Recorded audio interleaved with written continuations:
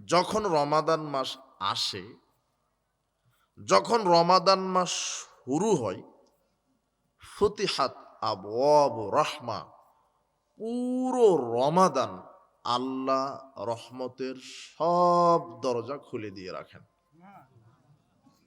তাহলে কি শুধু 10 দিন হলো? হাদিস বুখারী মুসলিমের। তাহলে যারা ভাগ করেছে তারা ভুল করেছে। পুরো রমাদান রহমতের মাস। শুধু 10 দিন, মাঝের 10 দিন ক্ষমা এরকম নয়। পুরো রমাদান আল্লাহ মানুষকে ক্ষমা করেন। রমাদান মাস যখন আসে, আকাশের দরজা খুলে রাখা হয়, তওবার দরজা খুলে রাখা হয়। এই জন্যই মালিক বিন হুয়াইরিস, তিনি তার পিতা তার দাদা থেকে বর্ণনা করছেন যে সাইদা রাসূলুল্লাহ সাল্লাল্লাহু আলাইহি সাল্লাম আল মিম্বারা, রাসূল সাল্লাল্লাহু আলাইহি ওয়াসাল্লাম একদা মিম্বারের ওপরে উঠলেন। ফালাম্মা রাকিয়া আতাবাতান, যখন মেম্বারের প্রথম থাকাতে পা দিলেন, কলা আমিন, বললেন আমিন। ফালাম্মা রাকিয়া উখরা, যখন দ্বিতীয় থাকাতে পা দিলেন মেম্বারের, তখনও বললেন আমিন। ফালাম্মা রাকিয়া আতাবাতান সালিসাতান, যখন মেম্বারের তৃতীয় থাকাতে পা দিলেন, তখনও বললেন আমিন। সুম্মা ক্বাল, এরপরে তিনি বললেন, সাহাবীগণ শোনো, আতানি জিবরিল, আমার কাছে জিবরাইল এসেছে, আমার কাছে জিবরাইল এসেছিল, এসে বললেন, ইয়া মুহাম্মদ, মান আদরাকা রমাদান, যে ব্যক্তি রমাদান মাসকে পেল, পুরো রমাদান মাসকে পেল, মান আদরাকা রমাদান, যে ব্যক্তি পুরো রমাদান মাস পেল, ফালাম ইগফারু লাহু, আর নিজেকে আল্লাহর কাছ থেকে নিজের পাপকে ক্ষমা করিয়ে নিতে পারলো না, ফাআবআদাহুল্লাহ, আল্লাহ তাকে ধ্বংস করুন, আল্লাহ তাকে ধ্বংস করুন। জিবরিল এই কথা মুহাম্মদ সাল্লাল্লাহু আলাইহি ওয়াসাল্লামকে যখন বললেন, তখন মুহাম্মদ সাল্লাল্লাহু আলাইহি ওয়াসাল্লাম মেম্বারের প্রথম থাকাতে পা দিয়ে বলছেন আমিন। হ্যাঁ, যে কোনো মুসলিম নারী পুরুষ পুরো রমাদান মাস পাওয়ার পরেও তওবা ইস্তেগফার, ক্ষমা প্রার্থনার মাধ্যমে যেই ব্যক্তি আল্লাহর কাছ থেকে নিজের পাপ ক্ষমা করিয়ে নিতে পারলো না, আল্লাহ তুমি তাকে ধ্বংস করো। তার মানে বোঝা যাচ্ছে যে পুরো রমাদান মাস আল্লাহ মানুষকে কি করে থাকেন? ক্ষমা করে থাকেন। আর যে ব্যক্তি পুরো রমাদান মাস পেল অথচ নিজের পাপ ক্ষমা করিয়ে নিতে পারলো না, তার ব্যাপারে জিবরাইল বদদোয়া করে বলছেন তাকে ধ্বংস করো। আর আমিন বলছেন কে? মুহাম্মদ সাল্লাল্লাহু আলাইহি ওয়াসাল্লাম। আল্লাহর দয়ার অভাব নেই। আল্লাহ অতীব ক্ষমাশীল, ওয়াহুয়াল গফুরুর রহিম, তিনি অতীব ক্ষমাশীল, তিনি অতীব দয়াবান, তিনি সব সময় প্রস্তুত। রমাদান মাস বিশেষ একটি মাস, রমাদান মাস বিশেষ একটি মাস, যেই মাসে রহমতের দরজা খোলা থাকে, যেই মাসে মাগফিরাতের দরজা খোলা রাখে, যেই মাসে বরকতের দরজা আল্লাহ খোলা রাখেন। তাই তো রমাদান, র মিম দদ, তিনটে হরফে রমদুন, রমদুন শব্দ থেকে রমাদান, যার বাংলা হচ্ছে পুড়িয়ে ভৎস করে দেওয়া, পুড়িয়ে ছাই করে দেওয়া। রমাদান মানেই পুড়িয়ে ছাই করে দেওয়া। ঠিক যে কোনো মুসলিম নারী পুরুষ ঈমান নিয়ে নেকির আশায় যদি রমাদানের পুরো মাসটা মূল্যায়ন করতে পারে, আগুন যেমন কাঠকে পুড়িয়ে ছাই করে দেয়, ঠিক রমাদানকে মূল্যায়ন করার কারণে আল্লাহ তার বিগত সব পাপকে ওইভাবে ক্ষমা করে দেন। আবু হুরায়রা রাদিয়াল্লাহু আনহু বলছেন, রাসূল সাল্লাল্লাহু আলাইহি ওয়াসাল্লাম বলেছেন, মান সামা রমাদানা ঈমানান ওয়া ইহতিসাবান গুফিরা লাহু মা তাকাদ্দামা মিন যামবিহি, যে কোনো নারী পুরুষ ঈমান নিয়ে নেকির আশায় যদি রমাদানের সিয়াম রাখে তাহলে আল্লাহ তার বিগত সব পাপকে ক্ষমা করে দেন। মান কামা রমাদানা ঈমানান ওয়া ইহতিসাবান গুফিরা লাহু মা তাকাদ্দামা মিন যামবিহি। যে কোনো মুসলিম নারী পুরুষ রমাদানে যদি তারাবির সালাত আদায় করে ঈমান নিয়ে নেকির আশায়, তাহলে তার বিগত সব পাপ ক্ষমা করে দেওয়া হয়। মান কামা লাইলাতুল কদরে ঈমানান ওয়া ইহতিসাবান, যে কোনো মুসলিম নারী পুরুষ যদি লাইলাতুল কদরকে মূল্যায়ন করে, গুফিরা লাহু মা তাকাদ্দামা মিন যামবিহি, তাহলে আল্লাহ তাদের বিগত সব পাপকে ক্ষমা করে দেন। তাহলে সিয়াম, তারাবি, লাইলাতুল কদর, সেটা রমাদানের শেষ দশকের বেজুর রাত 21, 23, 25, 27, 29, 5টি বেজুর রাত। আল্লাহর নবী বলছেন তোমরা লাইলাতুল কদর তালাশ করো 5টি বেজুর রাত্রে। লাইলাতুল কদর তালাশ করো 5টি বেজুর রাত্রে, শুধু এক রাত তালাশ করো না। এই 5টির মধ্যে যে কোনো একটা আল্লাহ আমাকে জানিয়েছিলেন কিন্তু ভুলিয়ে দেওয়া হয়েছে, তাই আমি তোমাদেরকে বলছি লাইলাতুল কদর তালাশ করো রমাদানের শেষ দশকের বেজোর রাত্রিগুলিতে। আল্লাহ সুবহানাহু ওয়া তাআলা বলছেন লাইলাতুল কদরে খায়রুম মিন আলফি শাহর, লাইলাতুল কদর রাত্রির ইবাদত আল্লাহর কাছে 1000 মাসের চেয়ে উত্তম, 1000 মাসের চেয়ে উত্তম। তাই লাইলাতুল কদর তালাশ করতে হবে, আল্লাহর কাছ থেকে পাপ মিটিয়ে নিতে হবে, আল্লাহ সুবহানাহু ওয়া তাআলার নিকটে, তার নিকটে দয়া ভিক্ষা চাইতে হবে, করুণা ভিক্ষা চাইতে হবে। কদরের রাত্রে আপনি আমল করবেন কিভাবে? 10টাতেই ঘুমিয়ে যান, একটু রাত 10টাতে ইফতার করবেন, মাগরিব পড়বেন, এরপরে কিছু তাসবিহ তাহলিল কিছু করেন, তারপরে এশার সালাত জামাতে আদায় করে একটু ঘুমিয়ে যান, 2 ঘন্টা ঘুমান, 12টায় উঠেন, 12টায় উঠে একবারে সাহারির আগ পর্যন্ত তাসবিহ তাহলিল করেন, 2 রাকাত করে 8 রাকাত পর্যন্ত সালাত আদায় করেন। আপনি লাইলাতুল কদর রাত্রে 2 রাকাত করে পড়তেই থাকবেন সালাত, এটা নয়, 8 রাকাতই সালাত আদায় করেন, ওটাই তারাবি হবে, ওটাই তাহাজ্জুদ হবে। আপনি লাইলাতুল কদরকে মূল্যায়ন করবেন কিভাবে? সালাতের মাধ্যমে 2 রাকাত সালাত আদায় করবেন, 2 রাকাত সালাতেই আপনি আধা ঘন্টা সময় লাগিয়ে দেন, 2 রাকাত সালাতে আধা ঘন্টা সময় লাগিয়ে দেন। আল্লাহু আকবার বলে তাকবীর তাহরিমা দিয়ে বুকের উপরে হাত বেঁধে সানা পাঠ করে সূরা ফাতিহা পড়েন। এরপরে লম্বা সূরা জানেন না, সূরা বাকারা জানা নাই, ইমরান জানা নাই, সূরা আরাফ জানা নাই, আপনি 2 রাকাত সালাত আধা ঘন্টা কিভাবে পড়বেন? তাহলে আপনি সূরা ফাতিহার পরেই ইখলাস পড়তে থাকেন, 50 বার ইখলাসই পড়েন, 10 মিনিট ইখলাসই পড়তে থাকেন। কথা বুঝেননি মনে হয়? ইখলাসই পড়েন, এখানে 10 মিনিট কেরাত করতে থাকেন।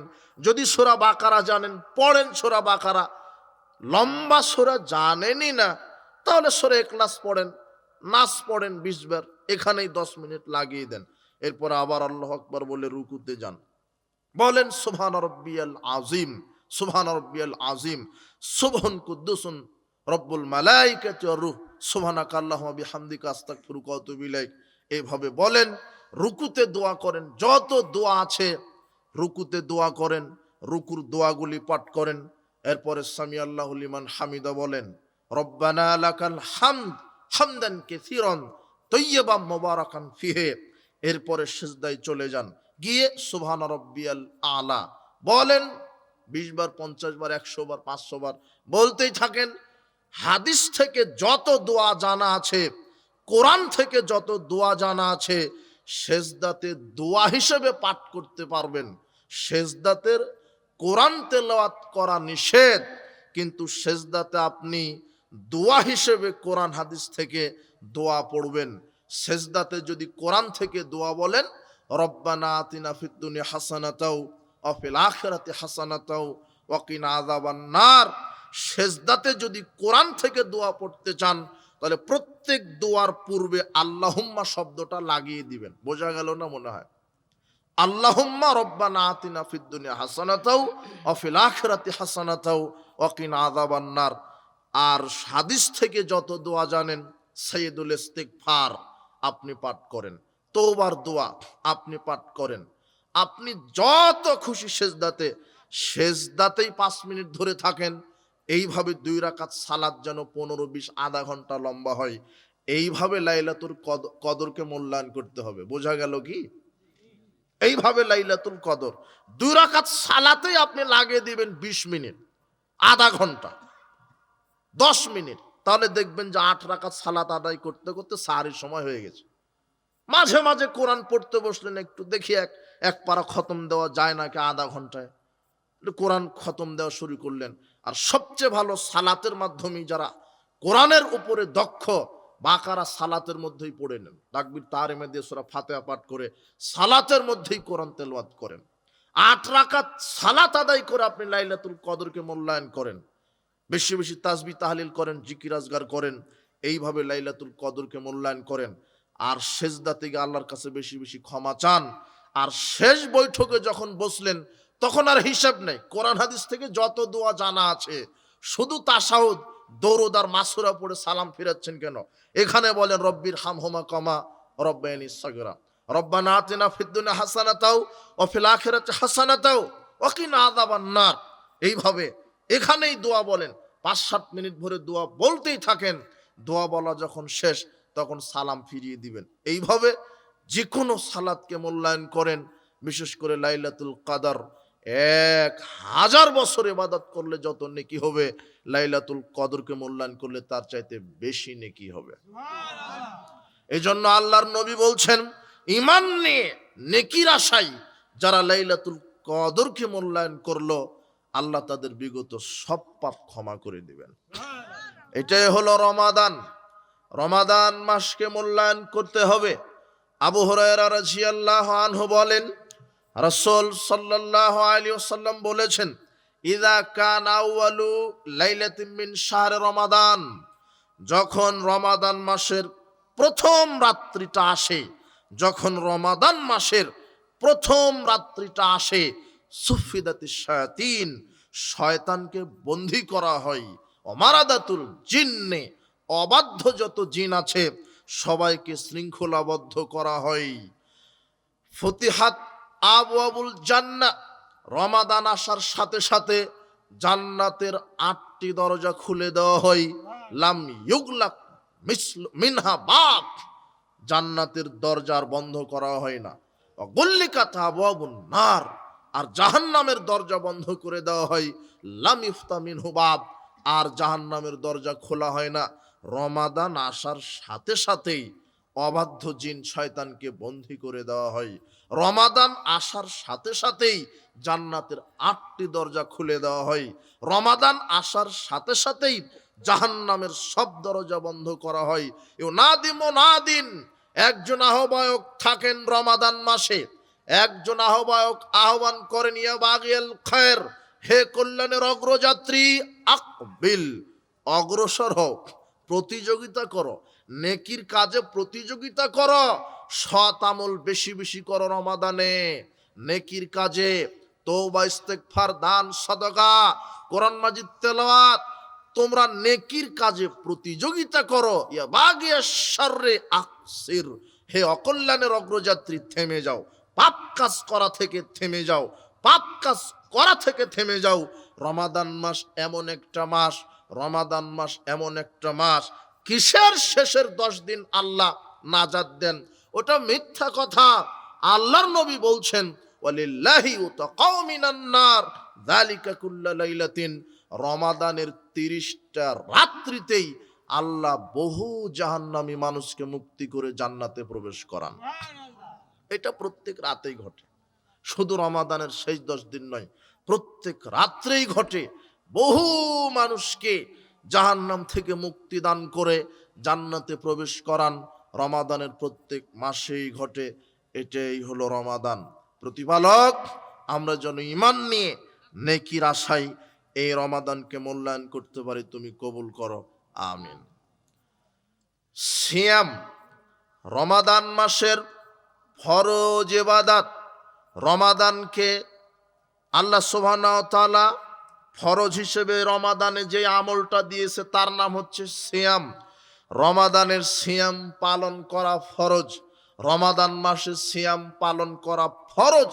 আল্লাহ বলছেন, ইয়া আইয়ুহাল্লাযিনা আমানু কুতিবা আলাইকুমুস সিয়াম, হে বিশ্বাসীগণ, আমি তোমাদের উপরে সিয়ামকে ফরজ করেছি, কামা কুতিবা আলাল্লাযিনা মিন ক্বাবলিকুম, যেভাবে তোমাদের বিগত যারা উম্মাহ এসেছিল তাদের উপরেও ফরজ ছিল, ওইভাবে আমি তোমাদের উপরেও সিয়াম ফরজ করেছি। রমাদানের সিয়াম রাখা ফরজ। বাকি 11 মাস যে নফল সিয়াম আছে, রাখলে নেকি আছে, প্রতিদান আছে, না রাখলে যে কাবিরা গুনাহগার হবেন, পাপী হবেন, এরকম নয়। নফল সিয়াম রাখলে প্রতিদান আছে, না রাখলে যে পাপ হবে এরকম নয়। কিন্তু রমাদানের সিয়াম ফরজ, যে রমাদানের সিয়াম রাখবে না সে কাবিরা গুনাহগার হবে, তার থাকার জায়গা হবে জাহান্নাম।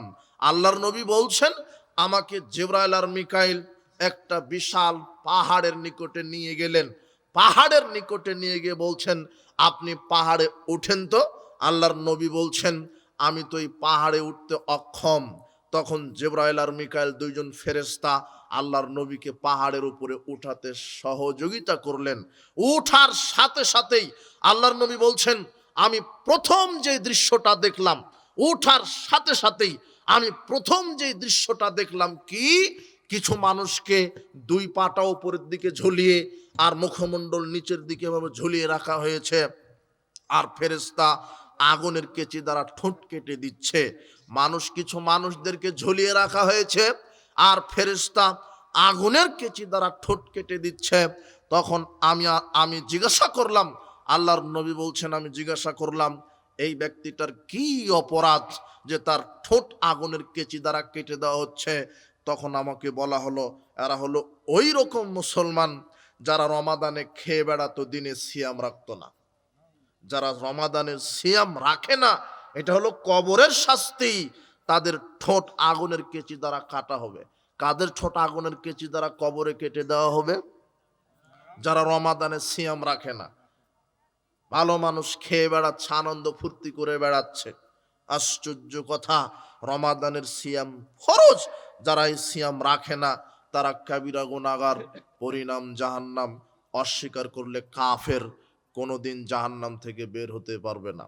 এরপরে আল্লাহর নবী বলছেন, সামনে একটু গেলাম, এই দৃশ্যটা দেখার পরে আমাকে সামনে নিয়ে যাওয়া হলো। দেখি কিছু মহিলাদের স্তনে সাপ দংশন করছে, দেখি কিছু মহিলাদের স্তনে সাপ দংশন করছে। আমি বললাম, জিবরাইল মিকাইল, এই মহিলারা কারা যাদের স্তনে সাপ দংশন করছে, এরা কারা? তখন আমাকে বলা হলো, এরা হলো ওই মহিলা যারা তাদের বাচ্চাকে দুধ দেয়নি। এরা হলো ওই মহিলা যারা তাদের বাচ্চাকে দুধ দেয়নি। সমাজে অনেক মা বোন আছে যে নিজের শরীর ভেঙে যাবে, স্বাস্থ্য হানি হবে বলে বাচ্চাকে দুধ খাওয়ায় না, ফিডার খাওয়ায়। যারা এই রকম স্বভাবের মা আছে, আপনি সংশোধন হন, বাচ্চাকে দুধ দিতে হবে, এ কথাই ঠিক। শরীর স্বাস্থ্য ভেঙে যাবে, এই কারণে বাচ্চাকে দুধ দেন না, তাহলে আপনার কবরের শাস্তি কি? সাপ দংশন করবে। আরো অনেক দৃশ্য দেখলেন। তো আমি যেটা আপনাকে বলতে চাইলাম, যে রমাদানের সিয়াম না রাখলে কবরের শাস্তি। শাস্তি কি?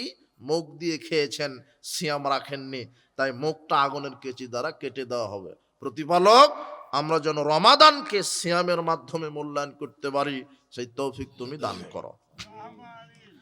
রমাদানের ফরজ আমল সিয়াম। সিয়াম খুব ব্যতিক্রম দামি ইবাদত। সিয়াম খুব ব্যতিক্রম দামি ইবাদত। আবু হুরায়রা রাদিয়াল্লাহু আনহু বলছেন, রাসূল সাল্লাল্লাহু আলাইহি ওয়াসাল্লাম বলেছেন, কুল্লু আমাল ইবনে আদম ইউযাফুল হাসানাতু বিআশরি আমসালিহা।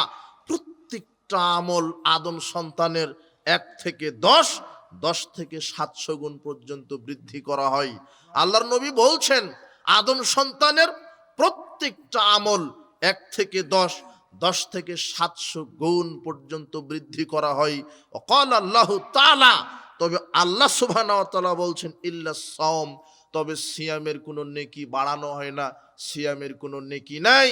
ফাইন্নাহু লি ওয়া আনা আজজি বিহি, কেন সিয়াম আমার জন্য রাখে আর আমি এর প্রতিদান দিব। এখানে এই হাদিসের প্রেক্ষিতে আরো দুটো কথা মনে হলো। পৃথিবীতে আশ্চর্য তিনটা আমল আছে যেই তিনটা আমলের কোনো নেকি নাই। পৃথিবীতে আশ্চর্য তিনটা আমল আছে যেই তিনটা আমলের নেকি নাই, অথচ আমলের জগতে খুব দামি দামি আমল। এক, বিপদের ধৈর্য। এক, বিপদের ধৈর্য ধারণ করা। বিপদ কি? ছেলে অসুস্থ, মেয়ে অসুস্থ, পরিবারের স্ত্রী পিতামাতা অসুস্থ। বিপদ কি? জেলখানায় বন্দী হয়ে আছে। বিপদ কি? ঋণগ্রস্ত। বিপদ কি? লক্ষ টাকার ফসল নষ্ট হয়েছে। বিপদ কি? লক্ষ টাকার পুকুর মাছ ডুবে গেছে। বিপদ কি? সন্তানটা আজকেই প্রসব হলো, একেবারে কলিজার টুকরা ছেলে সন্তান, কলিজার টুকরা মেয়ে সন্তান, আজকেই প্রসব হলো, 2 মিনিট পরেই মারা গেছে। এটা হলো বিপদ। সবর করতে হবে তখন। মুমিনেরা সবর করে। আল্লাহর নবী বলছেন আজাব আল্লাহ আমরিল মুমিন, মুমিনের জীবন চক্র দেখে আমি মুহাম্মদ সাল্লাল্লাহু আলাইহি ওয়াসাল্লাম আশ্চর্য হই। মুমিনের জীবন চক্র দেখে আমি মুহাম্মদ সাল্লাল্লাহু আলাইহি ওয়াসাল্লাম আশ্চর্য হই। কেন? ইযা আসাবাহু খায়রুন, যখন তাকে কল্যাণে ধরে, যখন তাকে কল্যাণ প্রাপ্ত হয় মুমিন, তখন কি করে? হামিদাল্লাহ, আল্লাহর প্রশংসা করে। ও শাকারা, আল্লাহর শুকরিয়া আদায় করে। ইযা আসাবাতহু মুসিবাতুন, আর যখন বিপদ আসে তখন আল্লাহর প্রশংসা করে। ও সাবারা, আর ধৈর্য ধরে। কল্যাণ আসলেও বলে আলহামদুলিল্লাহ, বিপদ আসলেও বলে আলহামদুলিল্লাহ। পুকুর ডুবে গেছে বলছে আলহামদুলিল্লাহ, ছেলেটা মারা গেছে আজকেই প্রসব হলো, দুধের বাচ্চা কলিজার টুকরা বলছে আলহামদুলিল্লাহ। ব্যবসায় লস হয়েছে বলছে আলহামদুলিল্লাহ। চাকরি চলে গেছে তবুও মুমিন বলছে আলহামদুলিল্লাহ। কেন? সব ক্ষেত্রে আল্লাহর প্রশংসা। কেন? কেন মুমিন ধৈর্য ধারণ করতে পারে, ভরসা রাখতে পারে আল্লাহর ওপরে। যেই বাচ্চাটা জন্মগ্রহণ করার 2 মিনিট পরে মারা গেল, আবার 1 বছর পরে ওরকম আরো বাচ্চা কে দিতে পারে? এই বিশ্বাস কার আছে? মুমিনের আছে। পুকুর মাছ ডুবে গেল, পুকুরের মাছ ডুবে গেল, ক্ষতিগ্রস্ত, লস হলো, ব্যবসায় লস হলো, ওই ব্যবসাতে আবার সফলতা কে দিতে পারে? আল্লাহ। গাভীটা মারা গেল, ওরকম 10টা 50টা গাভী কে দিতে পারে?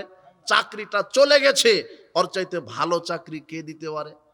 স্ত্রী অসুস্থ, সুস্থতা কে দিতে পারে? এই জন্য মুমিনেরা হতাশ হয় না। মুমিনেরা কার উপরে ভরসা করে? যতই বিপদ হোক, যত অত্যাচার নির্যাতন আসুক, একজন গালি দিচ্ছে, শোনেন, ধৈর্য ধরেন। মানুষের কাছে প্রতিশোধ নিবেন না, প্রতিশোধ নিবেন না, রাগকে সংবরণ করবেন। আল্লাহর নবী বলছেন প্রতিশোধ নিতে পারে তারপরেও নেয় না, এই হলো সাহসী ব্যক্তি। প্রতিশোধ নিতে পারে তারপরেও নেয় না, এই হলো সাহসী ব্যক্তি। আর যে রাগকে কন্ট্রোল করতে পারে, একটা আমল করেন। আল্লাহর নবী বলছেন, একজন ব্যক্তি আমার কাছে এসে বলছেন আল্লাহর নবী আউসিনি, আমাকে উপদেশ দেন, আমাকে উপদেশ দেন। একবার বললেন, আল্লাহর নবী বলছেন লা তাকযাব, রাগ করো না। আল্লাহর নবীকে আবার বলছেন আল্লাহর নবী আমাকে উপদেশ দেন, রাগ করো না। এভাবে যতবারই বলছেন লোকটা, ততবারই আল্লাহর নবী বলছেন রাগ করো না, রাগ করো না। রাগ যদি দমাতে পারেন, আপনার জীবনের সব সমস্যার সমাধান হয়ে যাবে। রাগকে চেক দিতে পারলে, রাগের উপর ভিত্তি করে মারামারি, রাগের উপর ভিত্তি করে প্রতিশোধ, রাগের উপরে ভিত্তি করে তালাক। ছোট্ট একটা বিষয়, ছোট্ট একটা বিষয়। স্ত্রীকে কাপড় কিনে এনে দিয়েছেন, কাপড়টা হয়েছে মোটা, তো বলছে যে তোমার পছন্দই হয়নি, এটা তুমি কি দিলে? তোমার সাথে 10 বছর সংসার করছি, কিছুই দিতে পারলে না, কাপড়টা শুধু মোটা হয়েছে। অথচ আদর্শ স্ত্রী হলে বলতো ঠিক আছে আলহামদুলিল্লাহ, যা এনে দিয়েছো, সামর্থ্যে যা কুলিয়েছে, এটাতে আলহামদুলিল্লাহ। স্বামীর শুকরিয়া যে স্ত্রী আদায় করে, ওই স্ত্রীর জন্য আল্লাহ জান্নাতের 8টি দরজা খুলে দেন। অথচ ওই সময়তে শয়তান বলবে ঠিকই তোর স্বামী তোকে ভালো জিনিস কিনে দেয় না, তালাক চা, ঝগড়া কর। শয়তান খালি খোঁচাতে থাকবে। তখন এর আগে স্ত্রী বলছে তোর ভাতই খাবো না, অথচ কেস একটা কাপড়ের সাথে। কথা বুঝেননি মনে হয় কথা? খালি ঘুতাতে থাকবে রাগ। এই জন্য রাগ কন্ট্রোল করবেন, আপনিও রাগ করবেন না। ভাত খেতে বসেছেন, ভাতে চুল পেয়েছেন, তরকারিতে লবণ কম হচ্ছে, গুষ্টি সহ গালি দিয়ে, হ্যাঁ তোর মা তোকে কিছুই শিখায়নি। আপনার স্ত্রী দুটা কথা শুনিয়ে দিল, তখন শয়তান আপনাকে বলছে ওর 14 গোষ্ঠীকে তালাক দে। তখন আপনি বলছেন তুই তালাক, তোর বাপ মা তালাক, তোর 14 গোষ্ঠী তালাক। বাক, এই যে রাগ, রাগ কন্ট্রোল করবেন। কথা বুঝেননি মনে হয়। রাগ কন্ট্রোল করলে আপনি বিজয় হবেন। আল্লাহর নবী বলছেন যে রাগ কন্ট্রোল করতে পারে, আল্লাহ তাকে জান্নাতের সুন্দরী হুরের সাথে বিবাহ দিয়ে দিবেন। এটা আল্লাহর নবীর মুখের কথা। রাগ কন্ট্রোল করেন, বিপদে ধৈর্য ধারণ করেন। যতই বিপদ হোক, ছেলে সন্তান অসুস্থ, স্ত্রী অসুস্থ, কেস, হত্যার মামলা, আপনার যত মামলা আছে, ঋণগ্রস্ত, বিপদ, অপরজন গালি দিচ্ছে, একজন গালি দিচ্ছে আপনি দিবেন না, একজন গালি দিচ্ছে আপনি দিবেন না। আবু বকর সিদ্দিক রাদিয়াল্লাহু আনহু বলছেন যে আমাকে একজন ব্যক্তি অকথ্য ভাষায় গালি দিচ্ছিল, তো আমি নিশ্চুপভাবে শুনছিলাম, আর পাশে বসেছিলেন মুহাম্মদ সাল্লাল্লাহু আলাইহি সাল্লাম।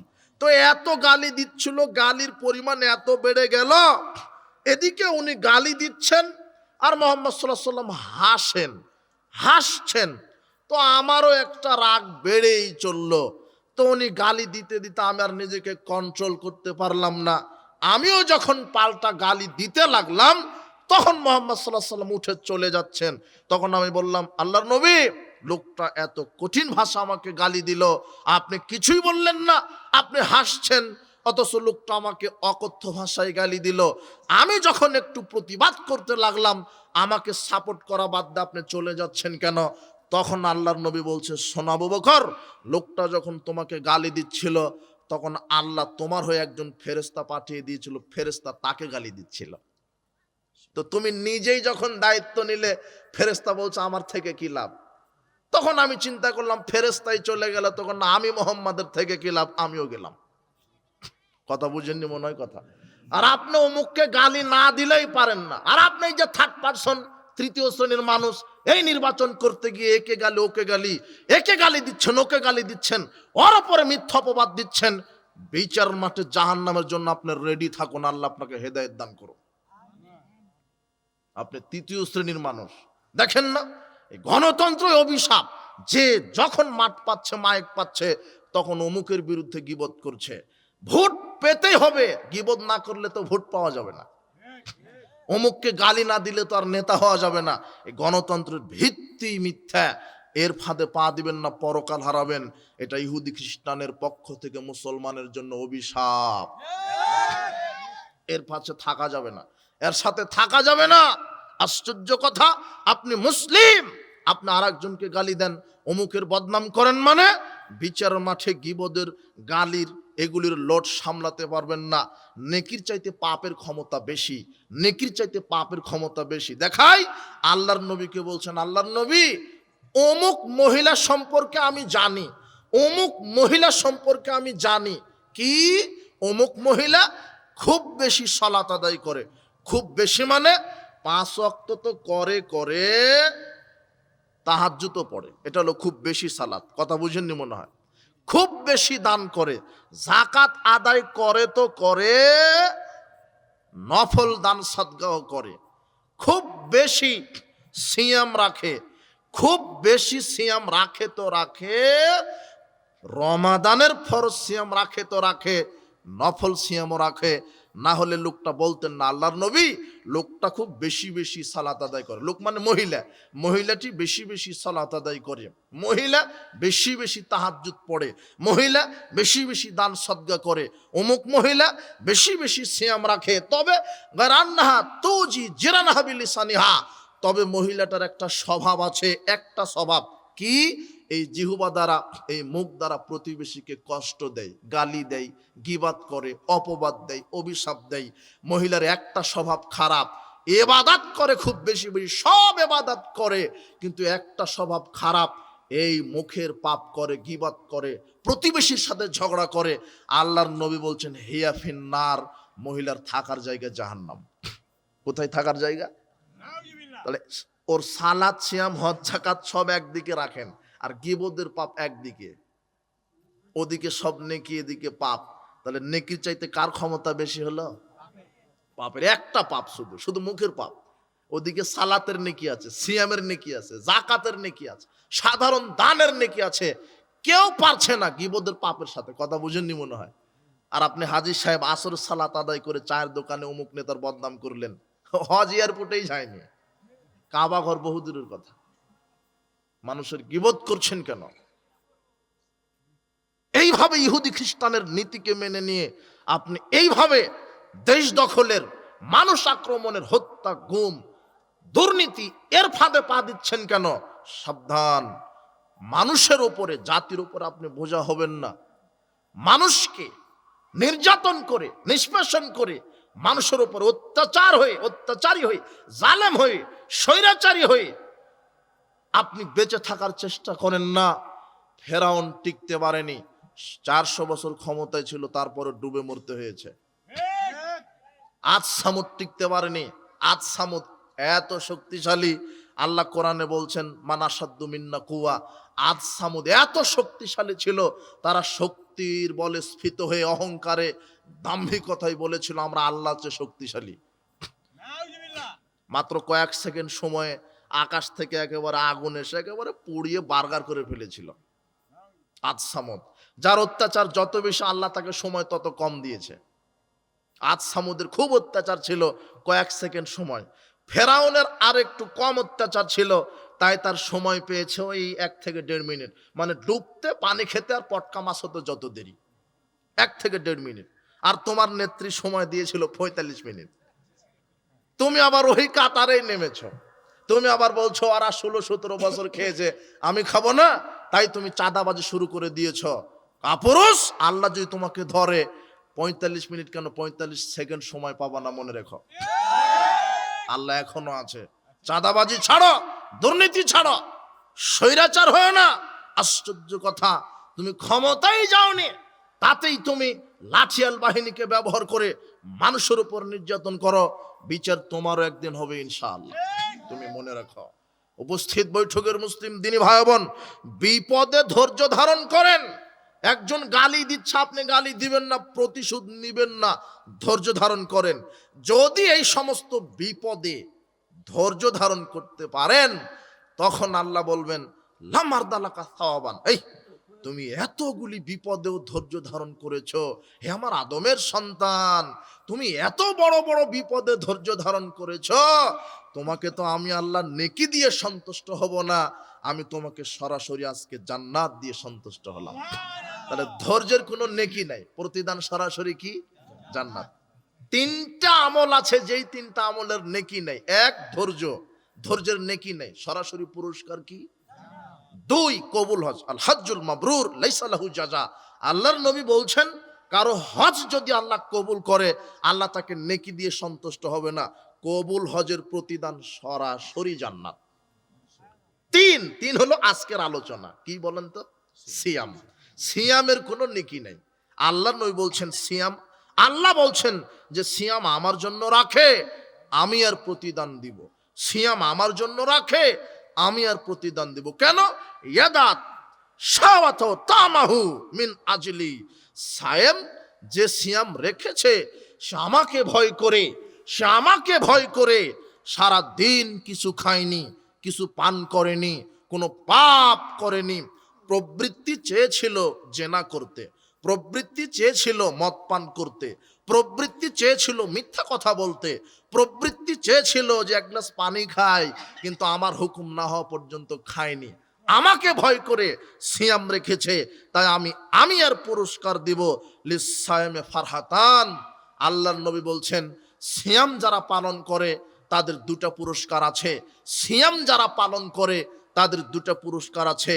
ইনদা ফিতরিহি, 1 ইফতারের সময়, যখন সায়েম ইফতার করতে বসে, সামনে কত খাবার, পেঁয়াজু, সামোচা, ছোলা, এরপরে জিলাপি, এরপরে কি শরবত, আঙ্গুর, কমলা, বেদেনা, আপেল, কত কি খাবার, খেজুর, তরমুজ, সব খাদ্য, বিরিয়ানি, মুরগির রোস্ট সব আছে, কিন্তু এখনো 20 মিনিট বাকি। খেলে খেতে পারে, কিন্তু কার ভয়ে খাচ্ছে না?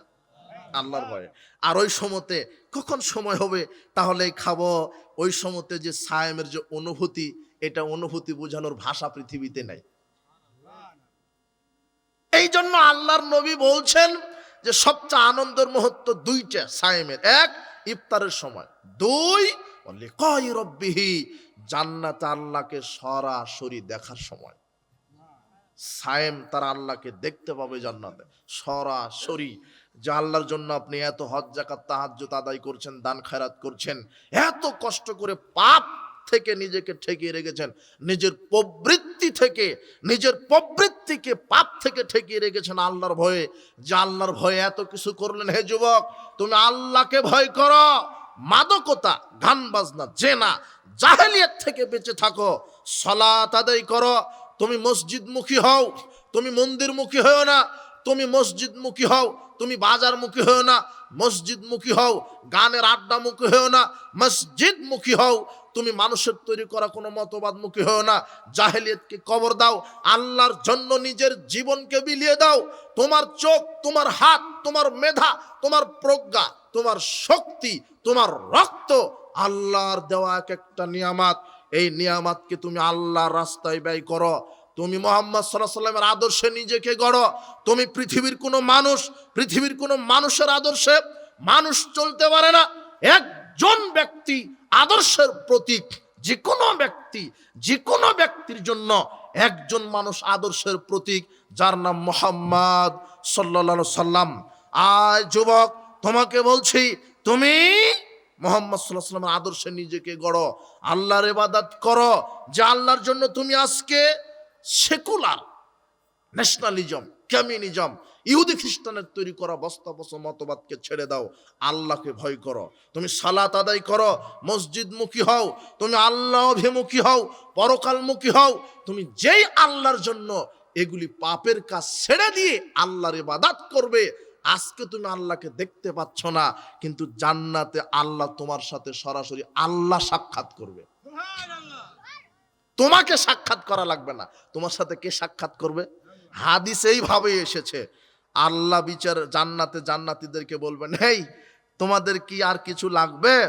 তখন জান্নাতীরা বলবে, আল্লাহ আলাম তুবাইয়িজ বুজুহানা, আপনি তো আমাদের মুখমণ্ডল উজ্জ্বল করে দিয়েছেন, আপনি তো আমাদেরকে জান্নাত দিয়েছেন, আপনি তো আমাদেরকে জাহান্নাম থেকে মুক্ত করেছেন, আর কি চাইবো? তখন আল্লাহ বলবেন, না ওলা দাইনা মাজিদ, আমার কাছে আরো বেশি আছে, আমার কাছে আরো বেশি আছে। ফায়ারফাউল হিজাব, তখন আল্লাহ নিজের সামনে থেকে আল্লাহর পর্দা সরিয়ে ফেলবেন। তখন জান্নাতীরা সরাসরি আল্লাহকে সশরীরে দেখতে পাবে। কথা বুঝনি? আল্লাহ সাক্ষাৎ দিবেন।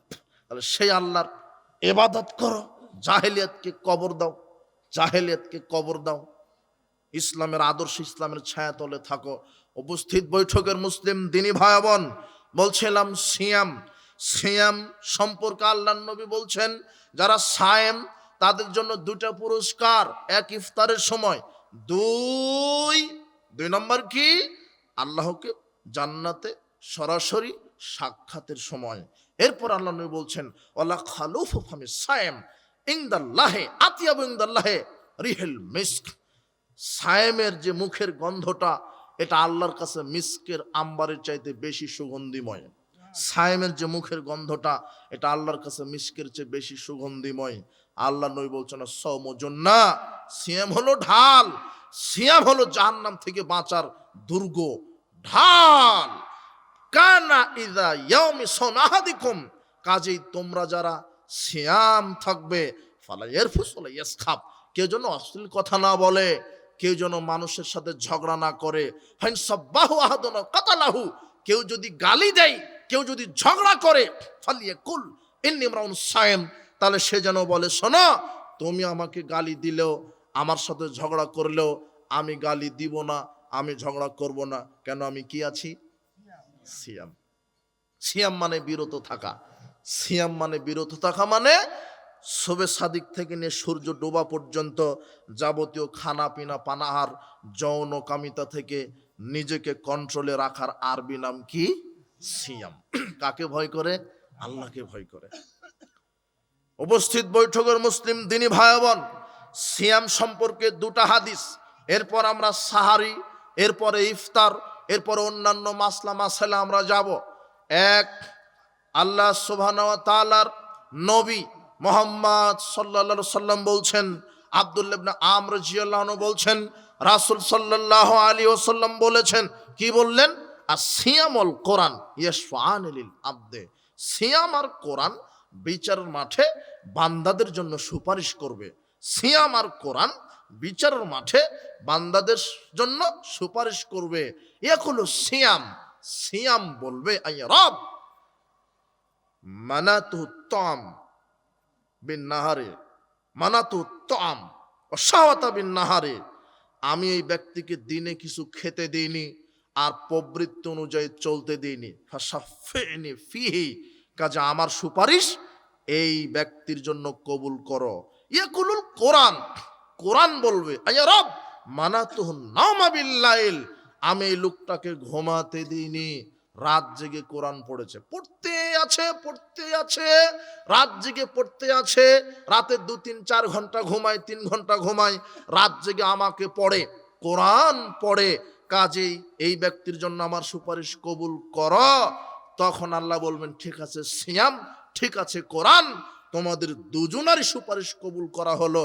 যারা সিয়াম রেখেছে, যারা নিয়মিত কোরআন তেলাওয়াত করেছে, আমি তাদেরকে তোমাদের সুপারিশ কবুল করে তাদেরকে জান্নাতে প্রবেশ করালাম।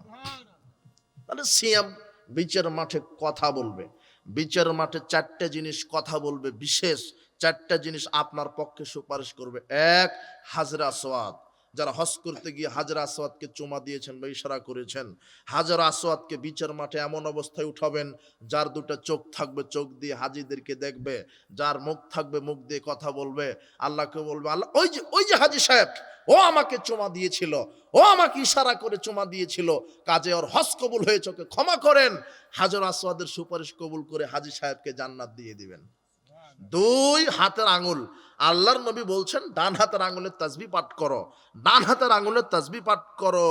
তসবিহ দানাতে তসবিহ পাঠ করা বিদাত, তসবিহ দানাতে তসবিহ পাঠ করা বিদাত। এখন আবার বলা হচ্ছে যে শিরক। কেন শিরক? ওই যে মুরব্বী সাহেব, হাজি সাহেব, ওই মাছ বাজারেও মাছ কিনতে গিয়ে তসবিহ টিপছে, মানে মানুষকে দেখানো আমল। ও মনে করছে যে মানুষ জানুক যে আমি বড় তাসবিহ পাঠ করি। অন্তরে যদি লোক দেখানো আমল থাকে, লোক দেখানো আমল হলো শিরক, ছোট শিরক। লোক দেখানো আমল কি? ছোট শিরক। তসবিহ দানাতে তসবিহ পাঠ করা বিদাত। কেন? আল্লাহর নবী নিজে করেননি, করতে বলেননি। আল্লাহর নবী যা করেননি ইবাদত আকারে, সেটা করা হলো বিদাত। আল্লাহর নবী কি বলেছেন? তোমরা ডান হাতের আঙুলের তাসবিহ পাঠ করো। আল্লাহ বিচার মাঠে আঙুলকে জিজ্ঞাসা করবেন, আঙুল টপ টপ করে কথা বলে বলবে, লোকটা আমাকে দিয়ে তাসবিহ পাঠ করেছে। তখন আল্লাহ ব্যক্তিকে জান্নাতে দিয়ে দিবেন। 4টা জিনিস আপনার পক্ষে সুপারিশ করবে। 1, হাজর আসওয়াদ। 2, হাতের আঙুল। 3 নম্বর কি? সিয়াম। 4, কোরআন। তার আজকের আলোচনা সিয়াম। আজকের আলোচনা রমাদানে কোরআন নাজিলের মাস, কোরআন তেলাওয়াত। যারা কোরআন তেলাওয়াত জানেন না, জরুরিভাবে তাদেরকে শিখে নিতে হবে। আল্লাহ তুমি কবুল করো, আমিন। বলছিলাম সিয়াম সুপারিশ করবে, কথা বলবে, কোরআন সুপারিশ করবে, কথা বলবে। এই জন্য কোরআন তেলাওয়াত করবেন। প্রতি বছর প্রতিদিন ঘুমানোর পূর্বে কোরআন তেলাওয়াত করবেন, ফজরের সালাতের পরে কোরআন তেলাওয়াত করবেন। হিয়াল মানিয়াত হিয়াল মুনজিয়াত তুনজিহি মিন আযাবিল কবর। আল্লাহর নবী বলছেন, সূরা মুলক যে ব্যক্তি তেলাওয়াত করবে, আল্লাহ তাকে কবরের শাস্তি থেকে বাঁচিয়ে দিবেন। কবরের শাস্তি থেকে বাধা দিবে সূরা মুলক। বাধা দানকারী সূরা মুলক। ইন্না ফিল কোরআনে, আল্লাহর নবী বলছেন নিশ্চয় কোরআনে, ইন্না সূরাতুম মিনাল কোরআন, কোরআনে একটা সূরা আছে, ইয়াশফাআন লিল আবদে, যেই সূরাটা বান্দার জন্য সুপারিশ করবে। 30 আয়াত বিশিষ্ট সূরা, সেটা হলো সূরা মুলক। সূরা মুলক যদি পাঠ করা থাকে, বিচার মাঠে সূরা মুলক সুপারিশ করে আপনাকে জান্নাতে নিয়ে যাবে। আল্লাহর নবী বলছেন, যারা বাকারা সূরা ইমরান পড়ে না, যারা অলস, তারা সূরা বাকারা, সূরা আলে ইমরান পড়ে না, বিচারের মাঠে সূরা বাকারা আর সূরা আলে ইমরান আল্লাহর সাথে ঝগড়া করবে। কার সাথে? আল্লাহর সাথে। আল্লাহ বলবে যে লোকটাকে জাহান্নামে দিব। বাকারা আর আলে ইমরান বলবে যে না, লোকটা আমাদেরকে তেলাওয়াত করেছে। এক পর্যায়ে সূরা বাকারা আর সূরা আলে ইমরানের সুপারিশ কবুল করে লোকটাকে জান্নাত দিয়ে দিবেন। এই জন্য বেশি বেশি কোরআন তেলাওয়াত করবেন। আল্লাহর নবী বলছেন, যে ব্যক্তি 10 বার সূরা ইখলাস পাঠ করলো শুরু থেকে শেষ পর্যন্ত, যে ব্যক্তি 10 বার সূরা ইখলাস পাঠ করলো শুরু থেকে শেষ পর্যন্ত, আল্লাহ তার জন্য জান্নাতে দামি টকটকে স্বচ্ছ জান্নাতে ঘর নির্মাণ করে দিবেন। একবার সূরা ইখলাস পাঠ করলে 10 পারা কোরআন মাজিদ খতমের নেকি, 3 বার পড়লে 30 পারা কোরআন মাজিদ খতমের নেকি। রমাদান কেন, 12 মাস প্রতিদিন কোরআন তেলাওয়াত করেন, কোরআন বিচারের মাঠে সুপারিশ করবে, সিয়াম বিচারের মাঠে সুপারিশ করবে। সিয়াম সম্পর্কে সর্বশেষ হাদিস, সাল বিন সাদ রাদিয়াল্লাহু আনহু বলছেন, রাসূল সাল্লাল্লাহু আলাইহি ওয়াসাল্লাম বলেছেন, ইন্না ফিল জান্নাতে বাবান, জান্নাতে একটা দরজা রয়েছে, ইউকালু লাহু রায়ান, যেই দরজার নাম রায়ান, যেই দরজার নাম রায়ান, ইয়াদখুলু মিনহু ইয়াউমাল কিয়ামা ইল্লা সায়মুন, ওই রায়ান নামক দরজা দিয়ে সায়েম পালনকারী ব্যতীত কেউ প্রবেশ করতে পারবে না। কত মর্যাদা সায়েমের জন্য। যারা সিয়াম রাখে, যখন সায়েমেরা দরজা দিয়ে প্রবেশ করবে, সাথে সাথে দরজা বন্ধ করে রাখা হবে যাতে আর কেউ প্রবেশ করতে না পারে। শুধুমাত্র কেবলমাত্র যারা সিয়াম রেখেছে তারাই ওই দরজা দিয়ে প্রবেশ করতে পারবে। উপস্থিত বৈঠকের মুসলিম দিনী ভাই বোন, এই জন্য রমাদানকে মূল্যায়ন করবেন। রমাদানের ফরজ আমল সিয়াম, সিয়ামকে মূল্যায়ন করবেন। সাহারি, আনাস রাদিয়াল্লাহু আনহু বলছেন, রাসূল সাল্লাল্লাহু আলাইহি ওয়াসাল্লাম বলেছেন, তাসাহহারু ফাইন্না ফিস সাহরে বারাকাত, তোমরা সাহারি খাও কেননা সাহারিতে বরকত রয়েছে, তোমরা সাহারি খাও কেননা সাহারিতে বরকত রয়েছে। সালমান ফারসি রাদিয়াল্লাহু আনহু বলছেন, রাসূল সাল্লাল্লাহু আলাইহি ওয়াসাল্লাম বলেছেন, আল বারাকাতু ফি সালাসাতিন, তিনটা জিনিসে বরকত, তিনটা জিনিসে রয়েছে বরকত। এক, ফিল জামাত, জামাতবদ্ধ জীবন যাপনে বরকত। 2, ফিস সারিদ, সারিদ খাবারে বরকত। 3, ফিস সাহুরে, সাহারিতে বরকত। তিনটা জিনিসে বরকত রয়েছে। একজন সাহাবী বলছেন, দাখালতু আলান নবী সাল্লাল্লাহু আলাইহি ওয়াসাল্লাম, আমি নবী করিম সাল্লাল্লাহু আলাইহি ওয়াসাল্লামের নিকটে গেলাম, এমন সময়তে গেলাম তখন তিনি সাহারি খাচ্ছিলেন। খেতে খেতেই বললেন, শোনো, ইন্নাহা বারাকাতুন, সাহারিতে বরকত রয়েছে, ওয়া আতাকুমুল্লাহ, যেটা আল্লাহ তোমাদেরকে দিয়েছেন আল্লাহর পক্ষ থেকে, এটা আল্লাহর দেওয়া নেয়ামত। সাহারিতে বরকত রয়েছে, তোমরা রাত্রে উঠে সাহারি খাও। ইয়াহু ফাদাউহু, তোমরা সাহারি খাওয়া ছেড়ে দিও না। সাহারিতে বরকত রয়েছে, তোমরা সাহারি খাওয়া ছেড়ে দিও না। আব্দুল্লাহ ইবনে আমর ইবনুল আস রাদিয়াল্লাহু আনহু তিনি বলছেন, আমর ইবনুল আস রাদিয়াল্লাহু আনহু বলছেন, ফাসলু মা বাইনা সিয়ামিনা ওয়া সিয়াম আহলিল কিতাব আকলাতুস সাহরে, আমাদের সিয়াম আর আহলে কিতাব ইহুদি খ্রিস্টানের সিয়াম, আমাদের সিয়াম আর আহলে কিতাবদের সিয়ামের মধ্যে পার্থক্য হচ্ছে সাহারি খাওয়া। তারা সাহারি খায় না, তোমরা সাহারি খাও। আল্লাহর নবী বলছেন, তাসাহহারু ওয়ালাউ বিজুরআতুম মিন মাইন, এক ঢোক পানি হলেও সাহারি খাও, এক ঢোক পানি হলেও সাহারি খাও, সাহারিতে বরকত রয়েছে। আব্দুল্লাহ ইবনে ওমর রাদিয়াল্লাহু আনহু বলছেন, রাসূল সাল্লাল্লাহু আলাইহি ওয়াসাল্লাম বলেছেন, ইন্নাল্লাহা ওয়া মালাইকাতাহু ইউসাল্লুনা আলাল মুতাসাহহিরিন, নিশ্চয় আল্লাহ যারা সাহারি খায় প্রতিনিয়ত তাদের উপরে দয়া নাজিল করেন, রহমত নাজিল করেন। আর যারা প্রতিদিন সাহারি খায়, ফেরেশতারা তাদের জন্য আল্লাহর কাছে ক্ষমা প্রার্থনা করেন। তাহলে সাহারি একটা গুরুত্বপূর্ণ সুন্নাত। এখন কথার কথা, সাহারি ঘুমিয়েছিলেন, শুবে সাদিক হয়ে গেছে, সাহারি খেতে পারেননি। অনেকের আকীদা বিশ্বাস যে সাহারি খেতে পারেনি তাই সিয়াম রাখেনি, মানে ওর বিশ্বাস সাহারি না খেলে নাকি সিয়াম হয় না। জি না, কথার কথা ঘুমিয়েছিলেন, শুবে সাদিক হয়ে গেছে, ফজরের আজান হয়ে গেছে, তো আপনি সাহারি খেতে পারেননি, আপনি সালাত আদায় করেন। ওই সময়তে ঘুম থেকে উঠে সিয়ামের নিয়ত করেন, সালাত আদায় করেন। সাহারি খেতে না পারলেও সিয়াম পরিপূর্ণ হয়ে যাবে। কথা বুঝেছেন? সাহারি খাওয়া জরুরি কিছু নয়, ফরজ ওয়াজিব কিছু নয়। রাসূল সাল্লাল্লাহু আলাইহি ওয়াসাল্লাম বলেছেন, তোমরা সাহারি খাও, এতে বারাকা রয়েছে। যদি সাহারি খেতেই না পারেন, ঘুমের কারণে বা বিভিন্ন কারণে, বা এমনিতেই খেলেন না, পেটের সমস্যা, তা আপনি মনে করেন না যে সাহারি না খেলে সিয়াম হবে না। কথা বুঝেননি মনে হয় আমার। সাহারি খেয়েছেন, সাহারি খাওয়ার পরে দেখছেন কি, সাহারি খাওয়ার পরে দেখছেন যে এখনো শুবে সাদিক হতে, আজান হতে 1-1.5 ঘন্টা বাকি আছে। দেখুন কি করবেন, মনে করতে তাহলে ঘুমাই একটু। ঘুমিয়েছেন, ঘুমের মধ্যেই স্বপ্ন তোষ হয়ে গেছে, অথবা ঘুমের ভিতরেই স্বামী স্ত্রী ঘুমিয়েছিলেন, স্ত্রী মিলন করে ফেলেছেন, হতে পারে না? বুঝেন আমার কথা, বুঝেন? সাহারি খেয়েছেন, খাওয়ার পরে স্ত্রী মিলন করেছেন, কিন্তু শুবে সাদিক হতে এখনো কত বাকি? আধা ঘন্টা, 1 ঘন্টা, 1.5 ঘন্টা। আপনি মনে করেছেন এই 1.5 ঘন্টা আজানই হয়নি, তাহলে কি করব, সাহারি আগে খেয়ে নিলাম, একটু ঘুমাই। বা ঘুমাতে গিয়ে স্ত্রীর সাথে কথা বলতে একটু কাম ভাব জেগেছে, স্ত্রী মিলন করলেন, আপনি মনে করছেন যে তাহলে কি সিয়াম হবে না?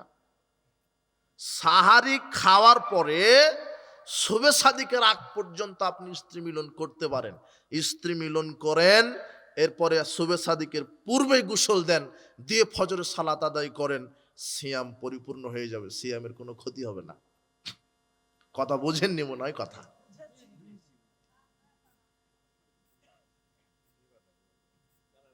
সাহারি খেয়ে ফেলেছেন, আজানের বাকি এখনো কত ঘন্টা?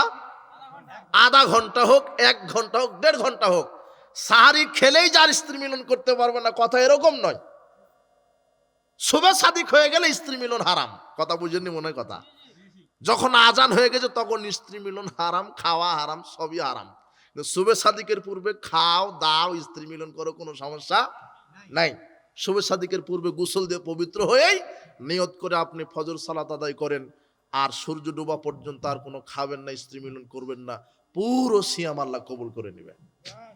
এখন এরকমও তো হতে পারে যে সাহারি খেয়েছেন, স্ত্রী মিলন হয়ে গেছে, অথবা যুবক স্বপ্নদোষ হয়ে গেছে, মনে করেছিলে 1.5 ঘন্টা আছে, ঘুমাই, ওর ভিতরে স্ত্রী মিলন হয়ে গেছে, কিন্তু এমন ঘুম ধরেছে ভাত খাওয়ার পরে, ঘুম থেকে উঠে দেখো সকাল 8টা, স্ত্রী মিলন করে ঘুমিয়েছিলে সকাল কয়টা? ওই 8টাতে এখন গোসল দিয়ে তুমি ওই সময়তে ফজরের সালাত আদায় করো, সিয়াম ভাঙো না, তোমার পুরো সিয়াম আল্লাহ কবুল করে নেবে। এখন বোঝা গেল না মনে হয়? ওটা ঘুমের কারণে কি হলো, আর তুমি গোসল দিতে পারো না, সিয়াম হয়ে যাবে। আল্লাহ আমাদেরকে বোঝার তৌফিক দান করুন, আমিন। সাহারি, এরপরে ইফতার। সাল বিন সাদ রাদিয়াল্লাহু আনহু বলেন, রাসূল সাল্লাল্লাহু আলাইহি ওয়াসাল্লাম বলেছেন, লা ইয়াজালুন নাসু বিখাইরিন মাযহালুল ফিতরা, মানুষ ততদিন পর্যন্ত কল্যাণের উপরে থাকবে, মানুষ ততদিন কল্যাণের উপরে থাকবে যতদিন তাড়াতাড়ি ইফতার করবে, মানুষ ততদিন কল্যাণের উপরে থাকবে যতদিন তাড়াতাড়ি ইফতার করবে। আবু হুরায়রা রাদিয়াল্লাহু আনহু বলছেন, রাসূল সাল্লাল্লাহু আলাইহি ওয়াসাল্লাম বলেছেন, লা ইয়াজালুদ্দীনু যাহিরান আলান নাস মাযজালাল ফিতরা, লা ইয়াজালুদ্দীনু যাহিরান আযহালান নাসুল ফিতরা।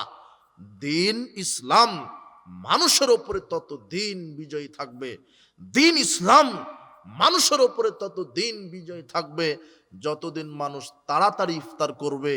লিআন্নাল ইয়াহুদা ওয়ান নাসারা ইউআখিরুন, ইহুদি খ্রিস্টানেরা দেরিতে ইফতার করে, ইহুদি খ্রিস্টান সতর্কতামূলক দেরিতে ইফতার করে। দেরিতে ইফতার করা কাদের স্বভাব? ইহুদি খ্রিস্টানের। আল্লাহর নবী বলছেন, ইদা গরাবাতি শামস, যখনই সূর্য ডুবে যাবে, ইদা গরাবা, যখনই গরাবা ডুবলো, আর শামস কি? সূর্য। ইজা গরাবাতি শামস, যখনই সূর্য ডুবে যাবে, ফাকাদ আফতারা সায়েম, অবশ্যই সায়েম তখন ইফতার করবে। আল্লাহর নবীর কড়া বক্তব্য, যখনই সূর্য ডুবে যাবে তখনই অবশ্যই সায়েম ইফতার করবে।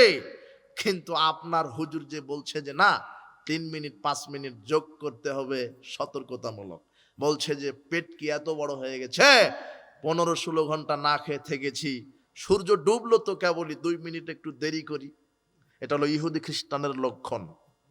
এই স্বভাব কাদের স্বভাব? তোমার হুজুর দেখবে রমাদানে লিফলেট ছেড়ে দিবে, মনে করবে যে হুজুরের প্রত্যেক সম্পত্তি ইসলাম, ইচ্ছা মতো করে ইফতারের লিফলেট তৈরি করেছে। বলছে সূর্য ডুববে 6টা 40 আর ইফতারের সময় 6টা 43, ওর বাপের ধর্ম। কথা বুঝেননি মনে কথা। বলছে মোহাম্মদ সাল্লাল্লাহু আলাইহি ওয়াসাল্লাম আবার কে, ও পুরনো হয়ে গেছে, এখন আমাদেরটা চলবে। বলছে যে সূর্য ডুববে, কথা লেখা আছে, সূর্য অস্ত যাবে 6টা 45 আর ইফতারের সময় 6টা 43। কয় মিনিট যোগ করলো? 3 মিনিট। ওর সতর্কতা দেরিতে। আর এটা কাদের স্বভাব? ওই মুখে আমাদেরকে বলে আপনারা কি ইহুদি? বেটা তুই ইহুদি, তুই ইহুদি খ্রিস্টানের দালাল। আশ্চর্য কথা। থুতুটা উপরের দিকে দিলে কোথায় পড়ে? মুখের উপরে পড়ে। ওরা আমাদেরকে গালি দেয় যে আমরা নাকি ইহুদি খ্রিস্টানের দালাল, আমরা নাকি ইহুদি। তো আমাদের কোন আমল ইহুদিদের সাথে মিল আছে? মুহাম্মদ সাল্লাল্লাহু আলাইহি ওয়াসাল্লাম বলছেন জোরে আমিন বললে গা জ্বলে ইহুদিদের। কাদের? আর এখন জ্বলে কাদের? ওই যে তাদের, বিদাতীদের। জোরে আমিন বললে গা জ্বলে কাদের? বিদাতীদের। আর মুহাম্মদ সাল্লাল্লাহু আলাইহি ওয়াসাল্লামের সমতে এখনো জোরে আমিন সহ্য করতে পারে না ইহুদিরা। এই কথা মুহাম্মদ সাল্লাল্লাহু আলাইহি ওয়াসাল্লাম বলছেন। তা আপনি কি ইহুদি? আপনার গা জ্বলে কেন? সাবধান। সূর্য যখনই ডুববে তখনই সায়েম কি করবে? ইফতার করবে।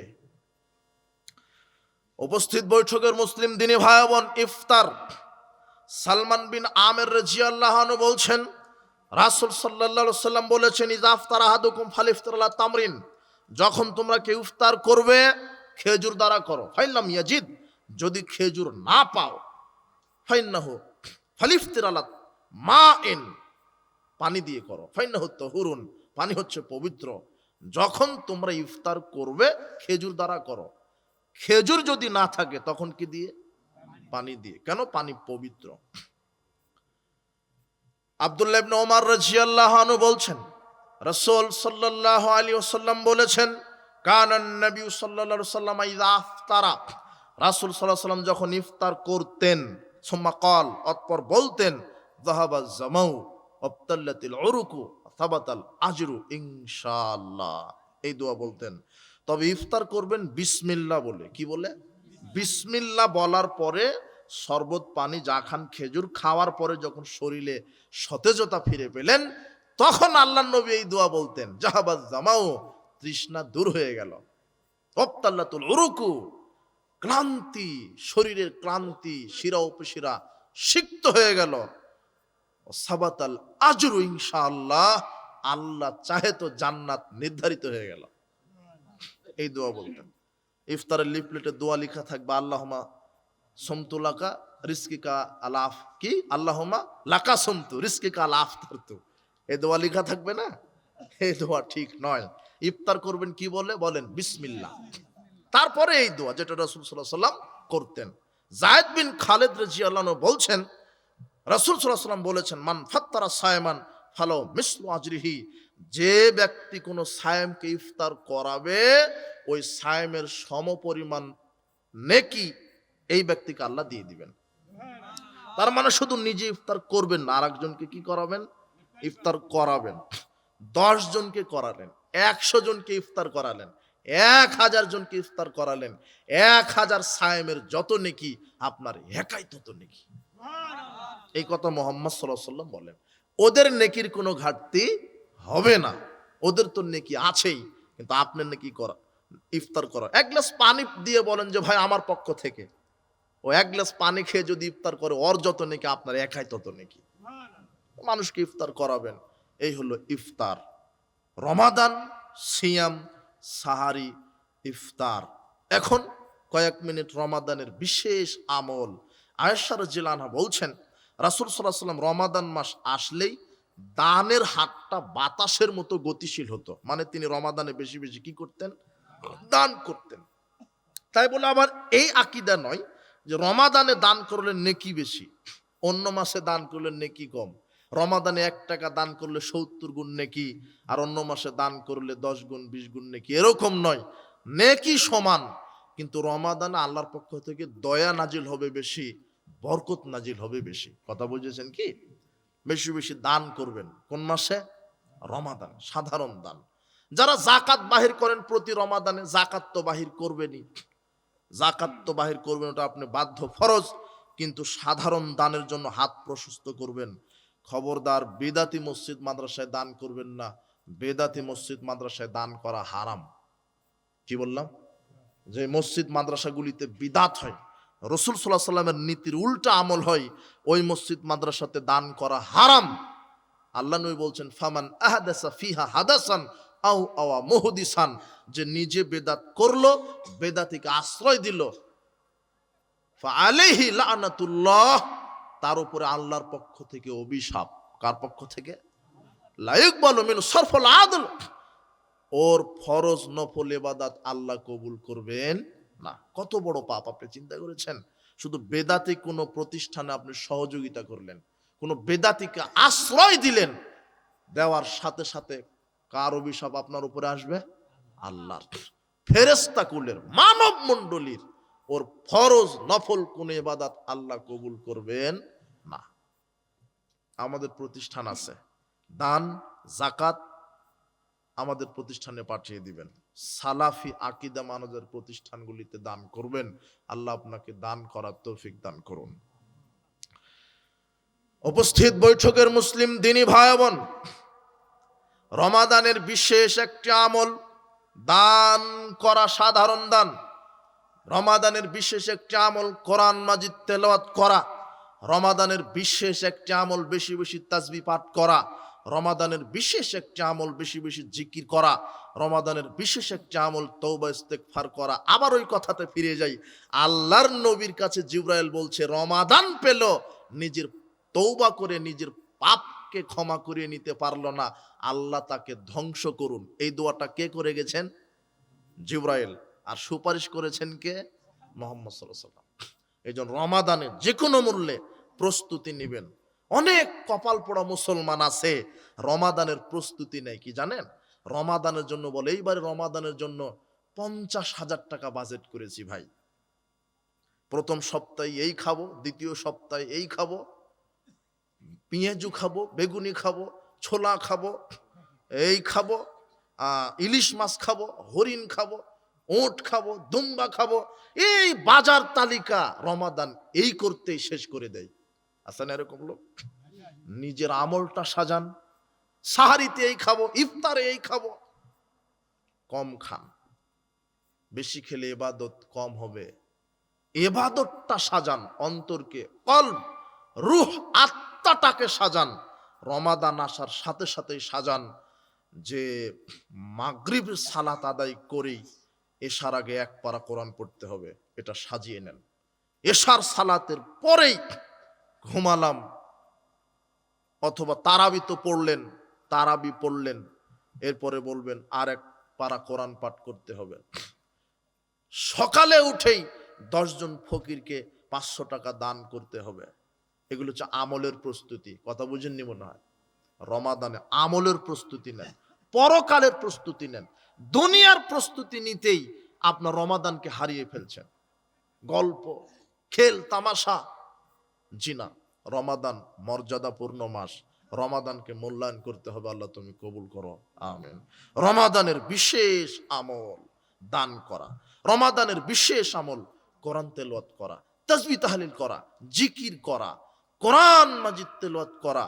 আর সামর্থ্য থাকলে হজ করে আসবেন।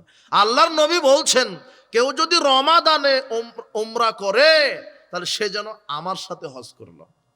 সামর্থ্য থাকলে রমাদানে উমরা করে আসবেন।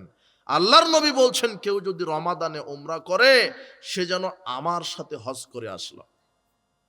রমাদানে আর কি আমল আছে বিশেষ? আরেকটি আমল হচ্ছে ফিতরা তো আদায় করতে হবে। ফিতরা রাসূল সাল্লাল্লাহু আলাইহি ওয়াসাল্লাম বলছেন, ফারাদা রাসূলুল্লাহ সাল্লাল্লাহু আলাইহি ওয়াসাল্লাম, রাসূল সাল্লাল্লাহু আলাইহি ওয়াসাল্লাম ফরজ করেছেন জাকাতুল ফিতর। জাকাতুল ফিতরকে ফরজ করেছেন আলাল হুররি ওয়াল আবদি ওয়াজ যাকারি ওয়াল উনসা ওয়াস সাগীর ওয়াল কাবিরি মিনাল মুসলিমিন, দাস দাসী, স্বাধীন নারী পুরুষ, ছোট বড় নারী পুরুষ সকলের ওপরে যাকাতুল ফিতর ফরজ। কি ফরজ?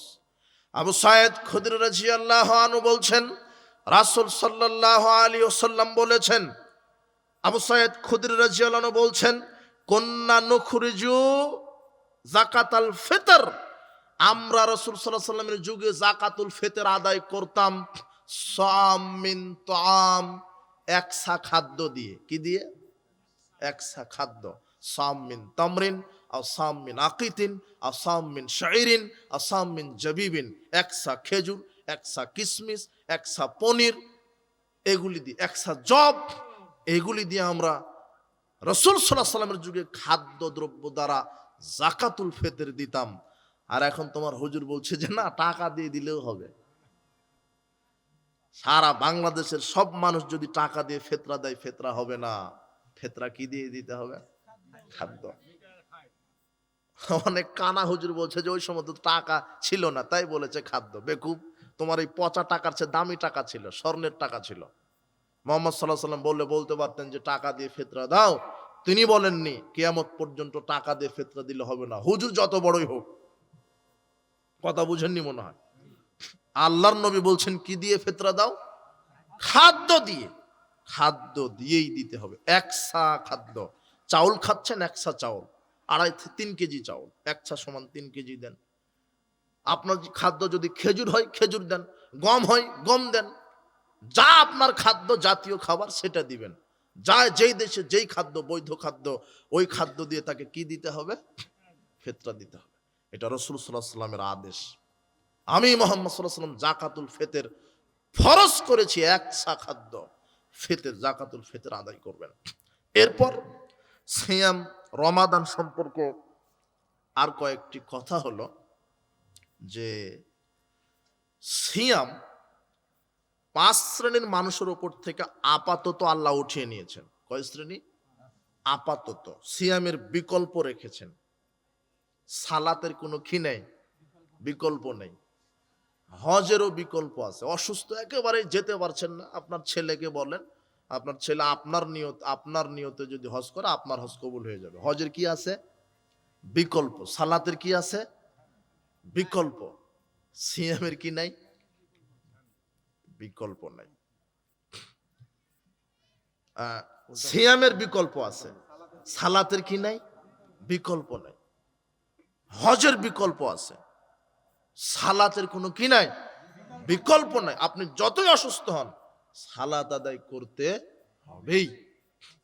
কিন্তু সিয়ামের আল্লাহ কি রেখেছেন? বিকল্প রেখেছেন। 5 শ্রেণীর মানুষের উপর থেকে আপাতত সিয়াম কি করা হয়েছে? উঠে নেওয়া হয়েছে। 1, রোগী, অসুস্থ। কি? অসুস্থ। 2, মুসাফির। 3, অতি বৃদ্ধ বৃদ্ধা, যারা সিয়াম রাখতে অক্ষম, শারীরিকভাবে অক্ষম, বৃদ্ধ হয়ে গেছে। 4, গর্ভবতী নারী, স্তন্যধাত্রী মা। 5, হায়েজ, ঋতুবর্তী নারী। কয় শ্রেণী হলো? 5। এই 5 শ্রেণীর মানুষের উপর থেকে আপাতত সিয়াম উঠিয়ে নিয়েছেন। এদের বিকল্প পথ আল্লাহ দিয়েছেন। 1, অসুস্থ। 1 নাম্বার কি? অসুস্থ বা রোগী। রোগী এটা আবার 2 ধরনের। সমাজে কিছু ক্ষণস্থায়ী রোগী আছে, কিছু চিরস্থায়ী। হার্ট অ্যাটাক, কিডনি পচে যাওয়া, প্যারালাইজড হয়ে শুয়ে আছে, হাবিজাবি রোগ আছে না, চিরস্থায়ী। এই ব্যক্তির বিধান কি? এই ব্যক্তির বিধান হচ্ছে ও সিয়াম, 1 সিয়াম সমান ফিদিয়া দিবে, খাদ্য দিবে। 1 সিয়াম সমান একজন মিসকিনকে খাদ্য দিয়ে দিবে। তাহলে ওর সিয়াম কি? কাফারা হয়ে গেল, সিয়ামের কাফারা। কথা বোঝা যায়নি মনে হয়? তাহলে 30টা সিয়ামে 30 জন মিসকিনকে খাদ্য খাইয়ে দিল, আল্লাহ তার 30টা সিয়ামেরই কাফারা আদায় করে দিবেন। যারা চিরস্থায়ী রোগী আর ক্ষণস্থায়ী রোগী, হঠাৎ রমাদানে আপনি অসুস্থ হয়ে গেলেন, হঠাৎ অসুস্থ, 5 দিন 7 দিন অসুস্থতার কারণে সিয়াম রাখতে পারেননি, এই 5টা 7টা সিয়াম কাজা হয়ে গেল। কি হয়ে গেল? এই 7টা সিয়াম আপনি কাজা আদায় করবেন, সময়সীমা দেওয়া হয়েছে আগামী রমাদান আসার পূর্ব পর্যন্ত। কথা বুঝেছেন? এটা হলো কাজা সিয়াম, ক্ষণস্থায়ী যারা রোগী। দুই দুই দ্বিতীয় শ্রেণী কাদের উপর থেকে সিয়াম উঠে নেওয়া হয়েছে?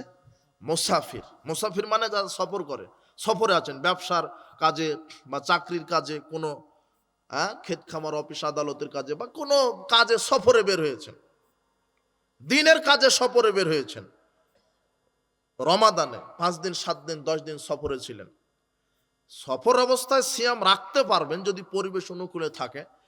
আপাতত সফরে কষ্টই হয়, ঠিকমতো খাদ্য পানীয়, ঘুম, গাড়ি ঘোড়া এগুলি পাওয়া যায় না, কষ্ট। তাই আল্লাহ সফর অবস্থায় মুসাফিরের উপর থেকে সিয়াম উঠিয়ে নিয়েছেন।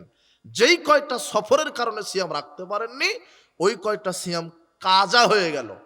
এই কয়টা সিয়াম কাজা আদায় করবেন, সময়সীমা আগামী রমাদান আসা পর্যন্ত। কথা বুঝেননি? তাহলে রোগী হলো, মুসাফির হলো। 3, যারা অতি বৃদ্ধ অতি বৃদ্ধা আছে না সমাজে, একেবারে বয়স্ক হয়ে গেছে, যারা শারীরিকভাবে সক্ষম নন সিয়াম রাখতে, এরা তখন ফিদিয়া দিবে। কি দিবে? 1 কেজি 1.5 কেজি করে চাউল দিয়ে দিল, 1.25 কেজি করে চাউল বা খাদ্য দিয়ে দিল, অথবা 30টা সিয়ামের জন্য 30 জন মিসকিনকে খাইয়ে দিল, মধ্যম মানের খাবার খাইয়ে দিল। তাহলে কি হয়ে গেল? যারা অতি বৃদ্ধ বৃদ্ধা সিয়াম রাখতে অক্ষম, তারা ফিদিয়ে দিবে। কথা বুঝেছেন কি? 4, গর্ভবতী স্ত্রী আর স্তন্যধাত্রী মা। 4 নম্বর, এদের উপর থেকে সিয়াম কি করা হয়েছে? ওঠানো হয়েছে। গর্ভবতী স্ত্রী, পেটে বাচ্চা থাকে 10 মাস ধরেন, আর বাচ্চাকে দুধ পান করায় 2 বছর ধরেন, তাহলে মোটামুটি 3 বছর ধরে নেন। যেই মহিলারা বাচ্চাকে দুধ দেয়, ওই মহিলারা যদি রমাদান পায় তাহলে সিয়াম রাখবে না। সিয়াম রাখলে বুকের দুধ শুকিয়ে যায়, বাচ্চা দুধ না পেয়ে ছটফট করে। বুঝেননি কথা? কথা বুঝেছেন? অত পরহেজগারিতা দেখাতে হবে না। আল্লাহ উঠিয়ে নিয়েছে কার উপর থেকে? সিয়াম স্তন্যধাত্রী মায়ের উপর থেকে উঠিয়ে নিয়েছে। 2 বছর দুধ পান করাবেন। যদি দেখেন যে না অ্যাভেলেবল দুধ পায়, কোনো সমস্যা নেই, মা বুঝতে পারবে, তখন রাখতে পারে। কিন্তু সিয়াম রাখলে দেখা যাচ্ছে যে বাচ্চা কি পাচ্ছে না, সেক্ষেত্রে সিয়াম রাখবে না। এটা আল্লাহর পক্ষ থেকে বিশেষ দয়া। তাহলে পেটে ছিল 10 মাস, রমাদানে সিয়াম রাখতে পারলো না 30টা, আর দুধ পান করাতে লাগলো 2 বছর, তাহলে 3 বছর। কয়টা সিয়াম রাখতে পারলো না একটা মহিলা? 3 বছর। কয়টা সিয়াম কাজা হলো? 90টা। তাহলে এই মহিলা কি করবে? 90টা সিয়াম কাজা হলো, কাজা আদায় করবে। সময়সীমা কত? এই মহিলার মরা পর্যন্ত, তবে যত দ্রুত সম্ভব। আর যদি মনে করে যে না এটা তো সম্ভব হচ্ছে না, তারা 90 জন মিসকিনকে কি করে দিবে? খাবার খাইয়ে দিবে। কথা বুঝেননি? এখন যদি এরকম হয় যে আপনার স্ত্রী একেবারে লাগাতার 10টা বাচ্চা নিয়ে ফেলেছে, এরকম হয় না?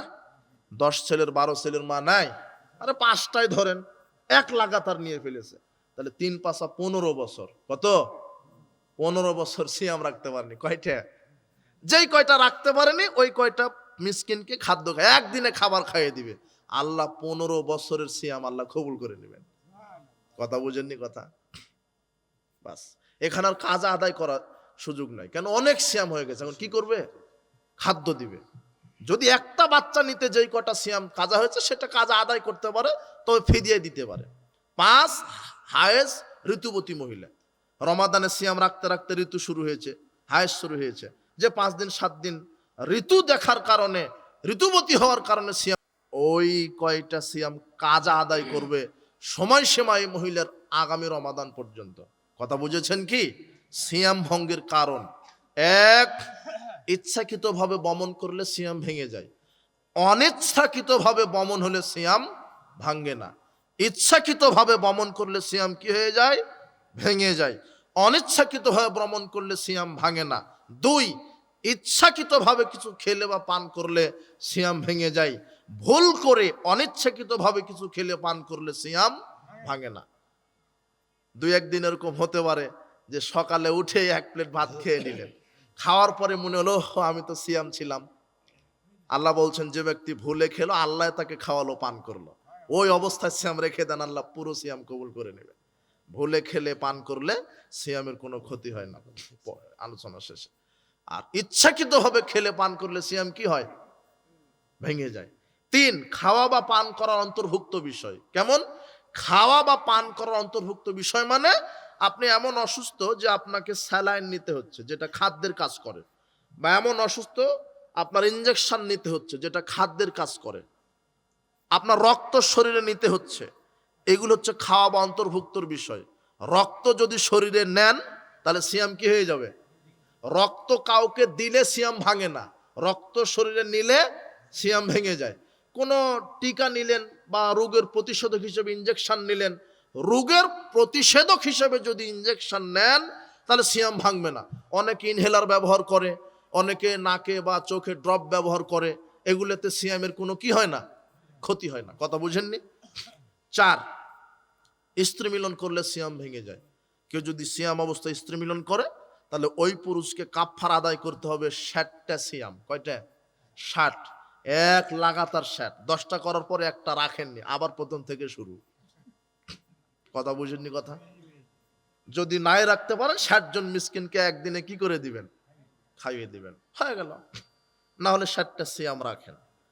5, স্ত্রী মিলনের অন্তর্ভুক্ত বিষয়। কেমন? স্ত্রী মিলনের অন্তর্ভুক্ত বিষয় মানে ওই হস্তমৈথুন করা, তাহলে সিয়াম ভেঙে যাবে। সিয়াম অবস্থায় কেউ যদি হস্তমৈথুন করে তাহলে কি হয়ে যাবে? সিয়াম ভেঙে যাবে। এই যুবক, সিয়াম রাখা অবস্থায় দুপুরে স্বপ্ন দোষ হয়ে গেছে, তাহলে সিয়াম কিন্তু ভাঙবে না। তুমি গোসল করো, সিয়াম রাখো। সিয়াম রাখা অবস্থায় দিনে স্বপ্ন দোষ হলে সিয়াম কি হয় না? ভাঙে না। এগুলি সিয়াম ভঙ্গের কারণ নয়। স্ত্রী মিলন করলে আর স্ত্রী মিলনের সমপর্যায়ে কিছু হলে তাহলে সিয়াম ভেঙে যায়। 6, হায়েজ হলে, হায়েজ দেখা গেছে, হায়েজ সিয়াম অবস্থায় একটা মহিলার ঋতু শুরু হয়ে গেছে, তখন সিয়াম কি হয়ে গেল? ভেঙে গেল। এগুলির কারণে সিয়াম ভেঙে যায়। আমরা ছোটবেলাতে শুনতাম যে সিয়াম অবস্থায় দাঁত ব্রাশ করা যাবে না, হ্যাঁ, বেশি ডুব দেওয়া, গোসল দেওয়া যাবে না, শরীর থেকে রক্ত বের হলে সিয়াম ভেঙে যায়, খিলখিল করে হাসলে সিয়াম দুর্বল হয়, বেশি সময় গোসল দিলে সিয়াম, এগুলো মিথ্যা কথা। শরীর থেকে রক্ত বের হলে সিয়াম ভাঙে না, অনিচ্ছাকৃতভাবে বমন হলে সিয়াম ভাঙে না। যাক, এইভাবে সিয়াম রমাদানকে মূল্যায়ন করব। এরপরে ঈদের সালাত, সিয়াম শেষেই শাওয়ালের 1 তারিখে কিসের সালাত? সকালে ঈদের সালাত। ঈদের সালাত আদায় করতে হবে, গুরুত্বপূর্ণ সুন্নাত। সুন্নাত ইবাদতের মধ্যে, সালাতের মধ্যে ঈদের দুই ঈদের সালাত খুবই গুরুত্বপূর্ণ। রাসূল সাল্লাল্লাহু আলাইহি সাল্লাম এই দিনে গোসল করে গায়ে তেল সুগন্ধি মেখে নিজে যেতেন, তার স্ত্রীদেরকে নিয়ে যেতেন, তার জামাই, তার নাতি নাতনি সবাইকে ঈদের মাঠে নিয়ে যেতেন। পুরুষেরা তো ঈদের মাঠে যাবে, মহিলাদেরকেও যেতে হবে। আরে ভালো পবিত্র নারীদেরা যাবে তো যাবে, ঋতুবতী নারীদেরকে ঈদের মাঠে যেতে হবে। কথা বুঝেননি মনে হয়? কথা, ঈদের মাঠে যাবে, মহিলারাও যাবে, তাদেরকে পুরুষের পিছনে পর্দা করে পরিবেশ করে দিতে হবে। উম্মে আতিয়া রাদিয়াল্লাহু আনহা বলছেন, উমিরনা নুখরিজাল হুইয়াদা ইয়াউমাল ঈদাইন ওয়া জাওয়াতিল খুদুরে।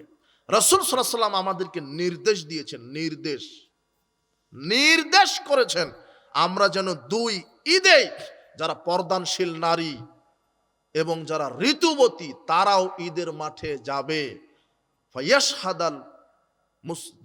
ফায়াশহাদা জামাত দাওয়াতাহুম ফায়াশহাদা জামাতাল মুসলিমিন, তারা মুসলমানের জামাতে শরীক হবে, উপস্থিত হবে এবং তাদের দোয়াতে শরীক হবে।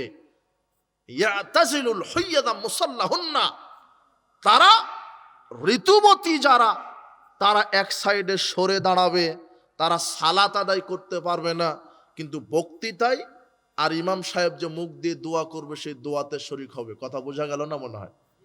ঋতুবতী মহিলারাও ঈদের মাঠে যেতে বাধ্য, তাদের সালাত নেই কিন্তু বক্তৃতা শুনবে আর দোয়াতে শরীক হবে।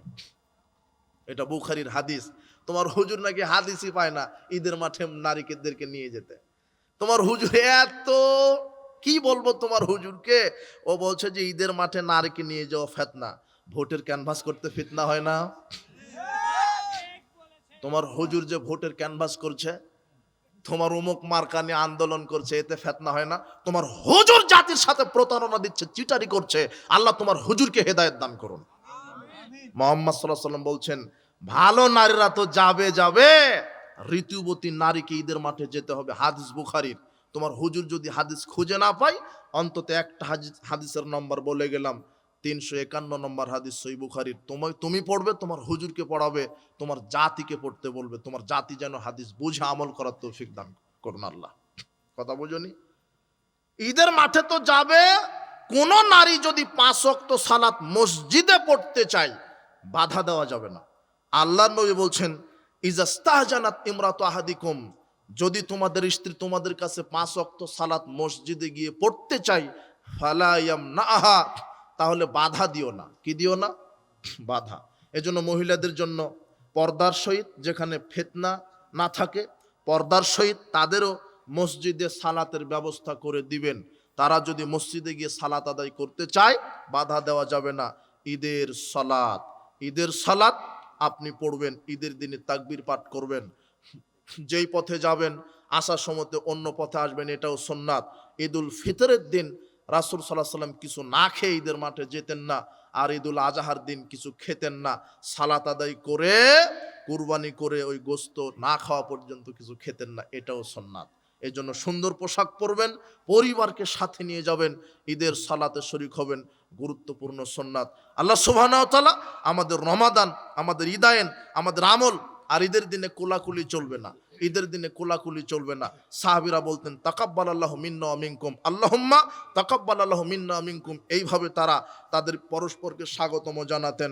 বারাকাল্লাহু ফিকুম, জাযাকুমুল্লাহ খায়ের। আজকে যে আলোচনাগুলি হলো রমাদান কেন্দ্রিক, লাইলাতুল কদর, তারাবি, এরপরে সিয়াম, দান, যেগুলি আলোচনা হলো, ঈদের সালাত, আল্লাহ সুবহানাহু ওয়া তাআলা আমাদেরকে পরিপূর্ণভাবে রমাদানকে মূল্যায়ন করার তৌফিক দান করুন, আমিন। বারাকাল্লাহু ফিকুম, জাযাকুমুল্লাহ খায়ের। জিজ্ঞাসা, দুইটা জিজ্ঞাসা না?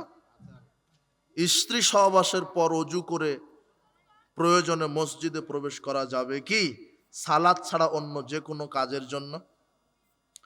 হ্যাঁ, স্ত্রী সহবাসের পর ওযু গোসল ছাড়াই প্রয়োজনে মসজিদে যাওয়া যাবে, কোনো সমস্যা নেই। ওযু ছাড়া মসজিদে প্রবেশ করতে পারবে না, বা স্ত্রী মিলন করার পরে মসজিদে প্রবেশ করতে পারবে না, এরকম কথা নেই। অপবিত্র অবস্থায় সালাত আদায় করতে পারবে না, কোরআন মাজিদ তেলাওয়াত করতে পারবে না, এই কথাগুলি আছে। কথা বুঝেননি মনে হয়? এটা নাই, পারবে প্রয়োজনে। রাসূল সাল্লাল্লাহু আলাইহি ওয়াসাল্লাম আয়েশা রাদিয়াল্লাহু আনহাকে বললেন যে, তুমি ওই মসজিদের ভিতর থেকে মাদুরিটা আমাকে এনে দাও। তখন আয়েশা রাদিয়াল্লাহু আনহা বলছেন, আমি তো ঋতুবতী। তখন আল্লাহর নবী বলছেন যে, তোমার ঋতু তো তোমার হাতে লেগে নেই। কথা বুঝেননি মনে হয়? কথা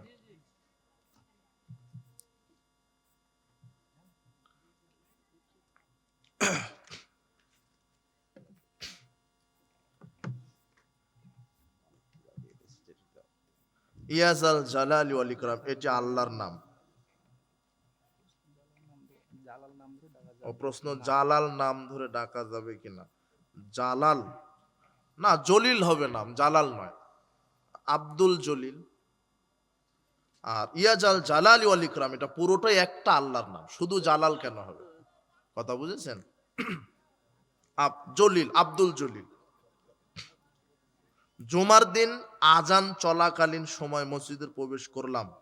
প্রশ্ন, আগে আজানের জবাব দিব না সুন্নাত সালাত পড়বো, কোনটির গুরুত্ব বেশি? আগে আজানের জবাব দিবেন, এটার গুরুত্বই বেশি।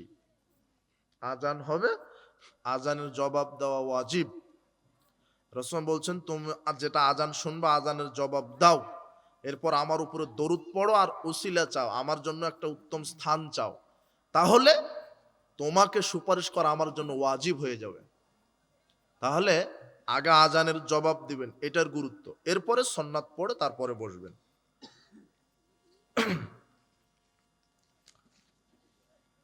ঈদগাহে সেই রকম ব্যবস্থা না থাকার কারণে মহিলারা মসজিদের সালাত আদায় করে।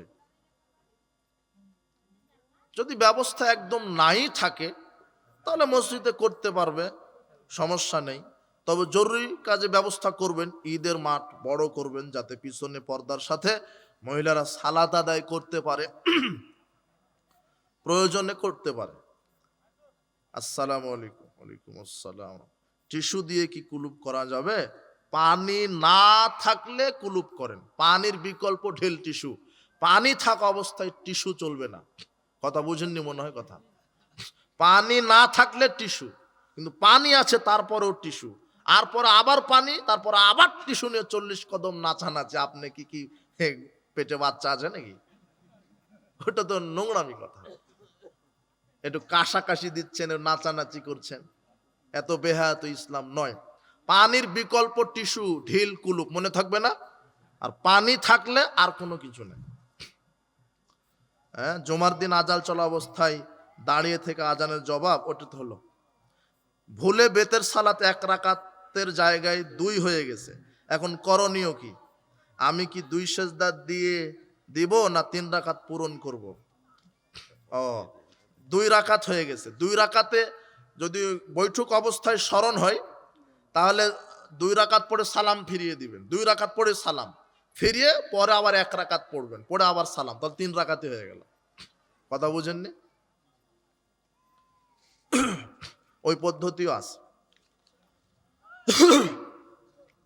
মৃত ব্যক্তির নামে ইফতারি ও কুরবানি দেওয়া যাবে কি না? মৃত ব্যক্তির নামে ইফতারি কুরবানি এর কোনো দলিল নাই। জীবিত মানুষের জন্য, জীবিত মানুষ ইফতারি করাবে। মৃত পিতামাতার নামে ইফতারি চলবে না। স্ত্রী খোলা তালাক দেওয়ার পরে আবার ফেরত আসতে পারবে? হ্যাঁ, স্ত্রী যদি খোলা করে নেয়, 100 বার যদি খোলা নেয় 100 বার আসতে পারবে। কথা বুঝেননি? সমস্যা নেই। স্ত্রী খোলা নেওয়ার পরে আবার যদি আসতে চায় আসতে পারবে, যে কোনো সময় আসতে পারবে। বাবা মাদক সেবন করে, তবে খোলার ইদ্যত 1 মাস, খোলার ইদ্যত 1 মাস পর আসবে। ওই 100 বার যদি খোলা নিয়ে চলে যায়, চলে আসবে। বাবা মাদক সেবন করে, এখানে ছেলের করণীয় কি? ও নসিহত করবে, আব্বা এটা হারাম, এটা কাবিরা গুনাহ, এটা জাহান্নামে যাওয়ার কারণ। এইভাবে নসিহত করবে, আর কোনো কারণ নেই, আর কোনো করার দরকার নাই কিছু। নসিহত, উপদেশ, আর আল্লাহর কাছে দোয়া করবে, আল্লাহ আমার বাবাকে হেদায়েত দান করো। আমার বড় ভাই জেনাকার, আমি ছোট ভাই হিসেবে করণীয় কি? উপদেশ করো, সতর্ক করো। তুমি সতর্ক করো যে ভাই জেনা কাবিরা গুনাহ, এই পথ থেকে ফিরে আসতে হবে। আল্লাহর কাছে তার জন্য একই কথা। গায়েবানা জানাজা কিভাবে পড়া হয়? ওই জানাজা সারা দেশব্যাপী যেভাবে পড়া হয়, এটা কতটুকু শরীয়ত? গায়েবানা জানাজা, যার জানাজা হয়েছে তার কোনো গায়েবানা জানাজা নাই। যার জানাজা হয়নি, মনে করেন এমন এক ব্যক্তি মারা গেছে তার জানাজাই হয়নি, দাফন হয়েছে ঢাকাতে, আপনি এখান থেকে শুনেছেন, এখানে আপনারা এখান থেকে গায়েবানা জানাজা করতে পারেন। কেবলামুখী হয়েই, যেভাবে মনে করেন যে লাশ সামনে থাকে ওইভাবে সবাই জানাজা করবেন, এটাই গায়েবানা জানাজা। গায়েবানা জানাজা কার? যার কি হয়নি। আমার ছেলের স্ত্রী থাকার পরেও অন্য মেয়ের সাথে কথা বলে, এটা সারানো সম্ভব হচ্ছে না, এখানে আমার করণীয় কি?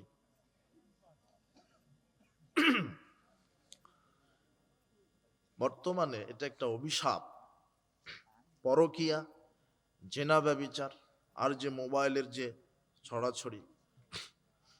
আপনি আপনার ছেলের প্রতি কঠোর হবেন, যেহেতু আপনি বাপ, প্রয়োজনে পিটাবেন। এটা জেনার রাস্তা, এইভাব করলে তোমার বাড়িতে থাকার জায়গা নেই, কঠোর হতে হবে। যেহেতু ওটা ছেলে, বাপের কঠোর হতে হবে।